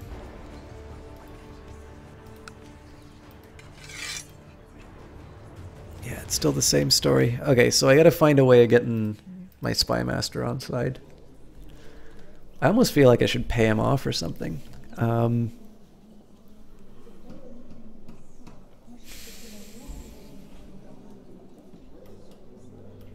France can't collapse. Smichet, I didn't know you were still here. I actually really like playing as Charlotte. I always like saying Je suis Charlie. Doesn't work if it's Pepin though, it only works with Charlemagne. Alright. You know what? I think I'm gonna deal with my council another night.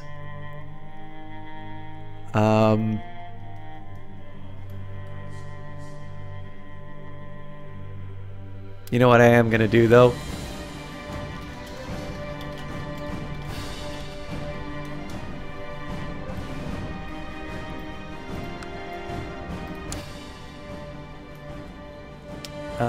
Where are the settings?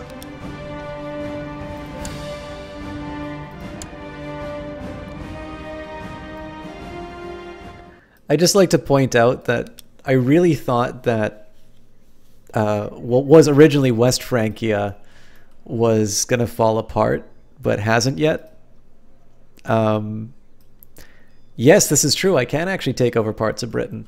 I'm not quite ready to do that yet, but we'll see. But in honor of the, I guess the long-lived nature of Charlemagne's great project,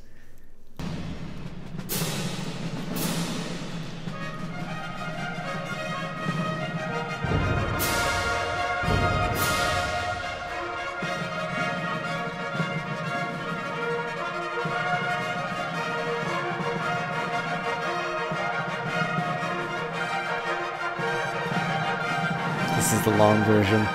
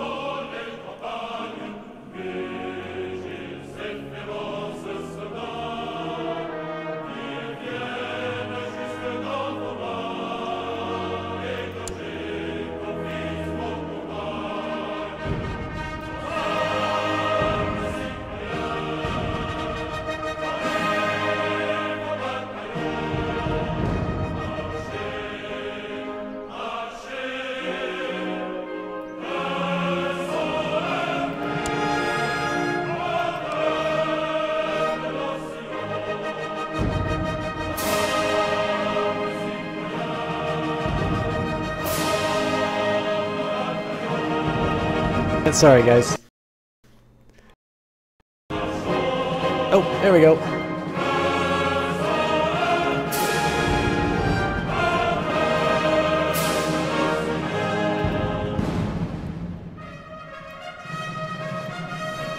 All right, sorry guys, that goes on for like another 3 minutes. Unfortunately, that click that you heard was my audio going off, so this is actually not a bad time to start. Anyway, so we'll do a really quick sort of follow-up to the game. So we started off, we had a bit of a fragmented Kingdom of Denmark. Our big goal here was that our main rival, we kind of gobbled up here. Now, because of the changes they've made to Gavelkind, we now have multiple kingdoms, which will have the option of achieving independence. We don't really... Oh, apparently we do need to worry about that. So Tigreeve winds up taking it. Apparently... So who's the successor then?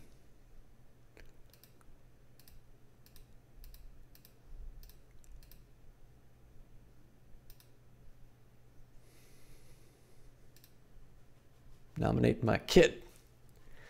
So eventually what we want to do is, the goal has not changed. We want to become feudal. We want to be able to enter primogeniture. And I think probably the best way to think about this, one condition is going to be maximum tribal organization. Now, it's not necessarily, we don't necessarily have to do this right at the start. Because this is something that actually causes a lot of friction between you and your vassals.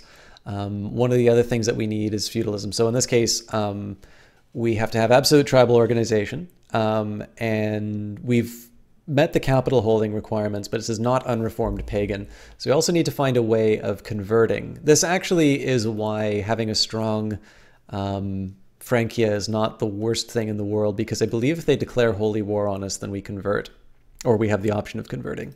I don't think I can just arbitrarily change religion on my own, though. Anyways, so we were sort of able to unify this kind of at least all the Germanic parts of the world, save for Austisland. Let's go here. So we're not really able to make much progress as far as these territories, just because it's a different kind of heathen. So we've more or less made our progress in terms of sort of neighboring conquest. But as chat's pointing out, we have the option of kind of these coastal raids. So let's take a quick look before we call it a night. So Scotland is quite weak. Looks like Northumbria. So what's the deal with Mercia? I think they actually, yeah, they outnumber us. So I don't want to tussle with Mercia if I don't have to.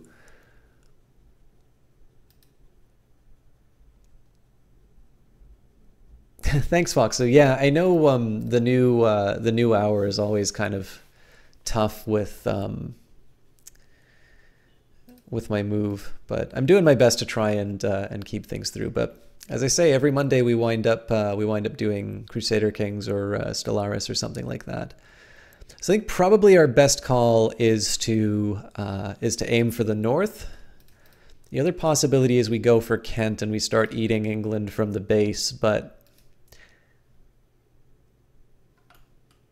you know, actually that's an interesting point. So I can make the claims on sort of Scotland and work my way down, and eventually I run into sort of this wall of Mercia. Although it seems like, see, it says that all of this is Mercia, but I believe this is, yeah, so this is Northumbria, which I can actually take on. And it's just this lower part that will cause me some trouble. And this is like a legitimately powerful king. But yeah, actually, we might be able to just kind of take things from the north and move our way down. And I think that might be a little bit better than trying to to take the southern parts of England, because as you notice, there's actually some fairly powerful, fairly powerful rulers there. No, Thur, we're actually finishing off for tonight. Just kind of doing a bit of a debrief, and my headset's failing on me, so every time I kind of inadvertently unplug, I lose audio, so it's probably just as good of a time to finish the stream now. Sorry though, we do this every Monday, and if you want to come, it's going to be Crusader Kings for the next little while, but I usually finish around 11 o'clock my time. It's 11:30, so. All right, guys. So yeah, the main one was to sort of just unify sort of now I've got multiple kingdoms, although it did save me the trouble of forming them, so I suppose that's a bonus. Probably our next steps, as far as the empire is concerned, I still actually have a long way to go. And it's not obvious to me that kind of, well, I mean, they're easy enough to do. Yeah, maybe we'll see what we do. So actually, maybe the next set of, maybe the next couple of rounds are actually going to be, maybe it is actually just going to be claiming more territory. See if we can found the empire and keep people from breaking away from us. What's my household? I am playing Skjoldung. We started off as the count of this area.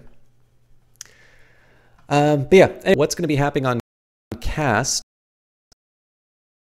I do sort of plan on streaming on Wednesday, but I am going to have company. So maybe if I can convince somebody to come on to cast, I might have somebody to join along.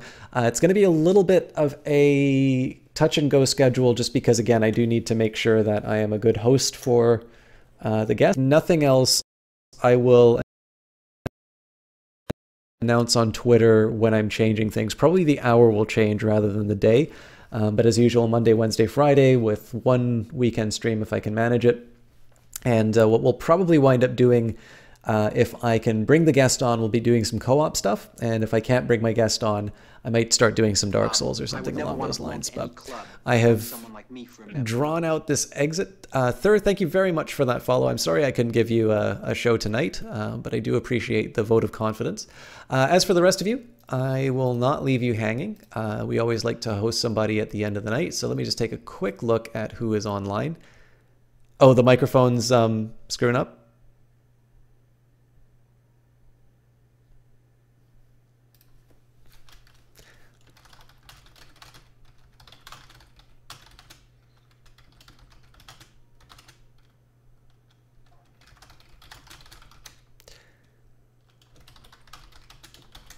Sorry, guys, I don't know if you can hear me. We will be hosting Melee Mage.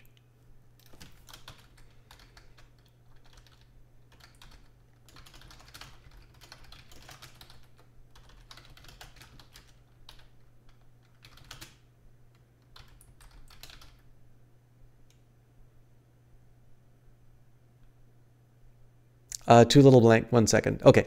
We'll host Melee Mage because he doesn't actually have anybody in his channel right now. We should fix that. Talk to you later, guys. Thanks a lot for stopping by tonight.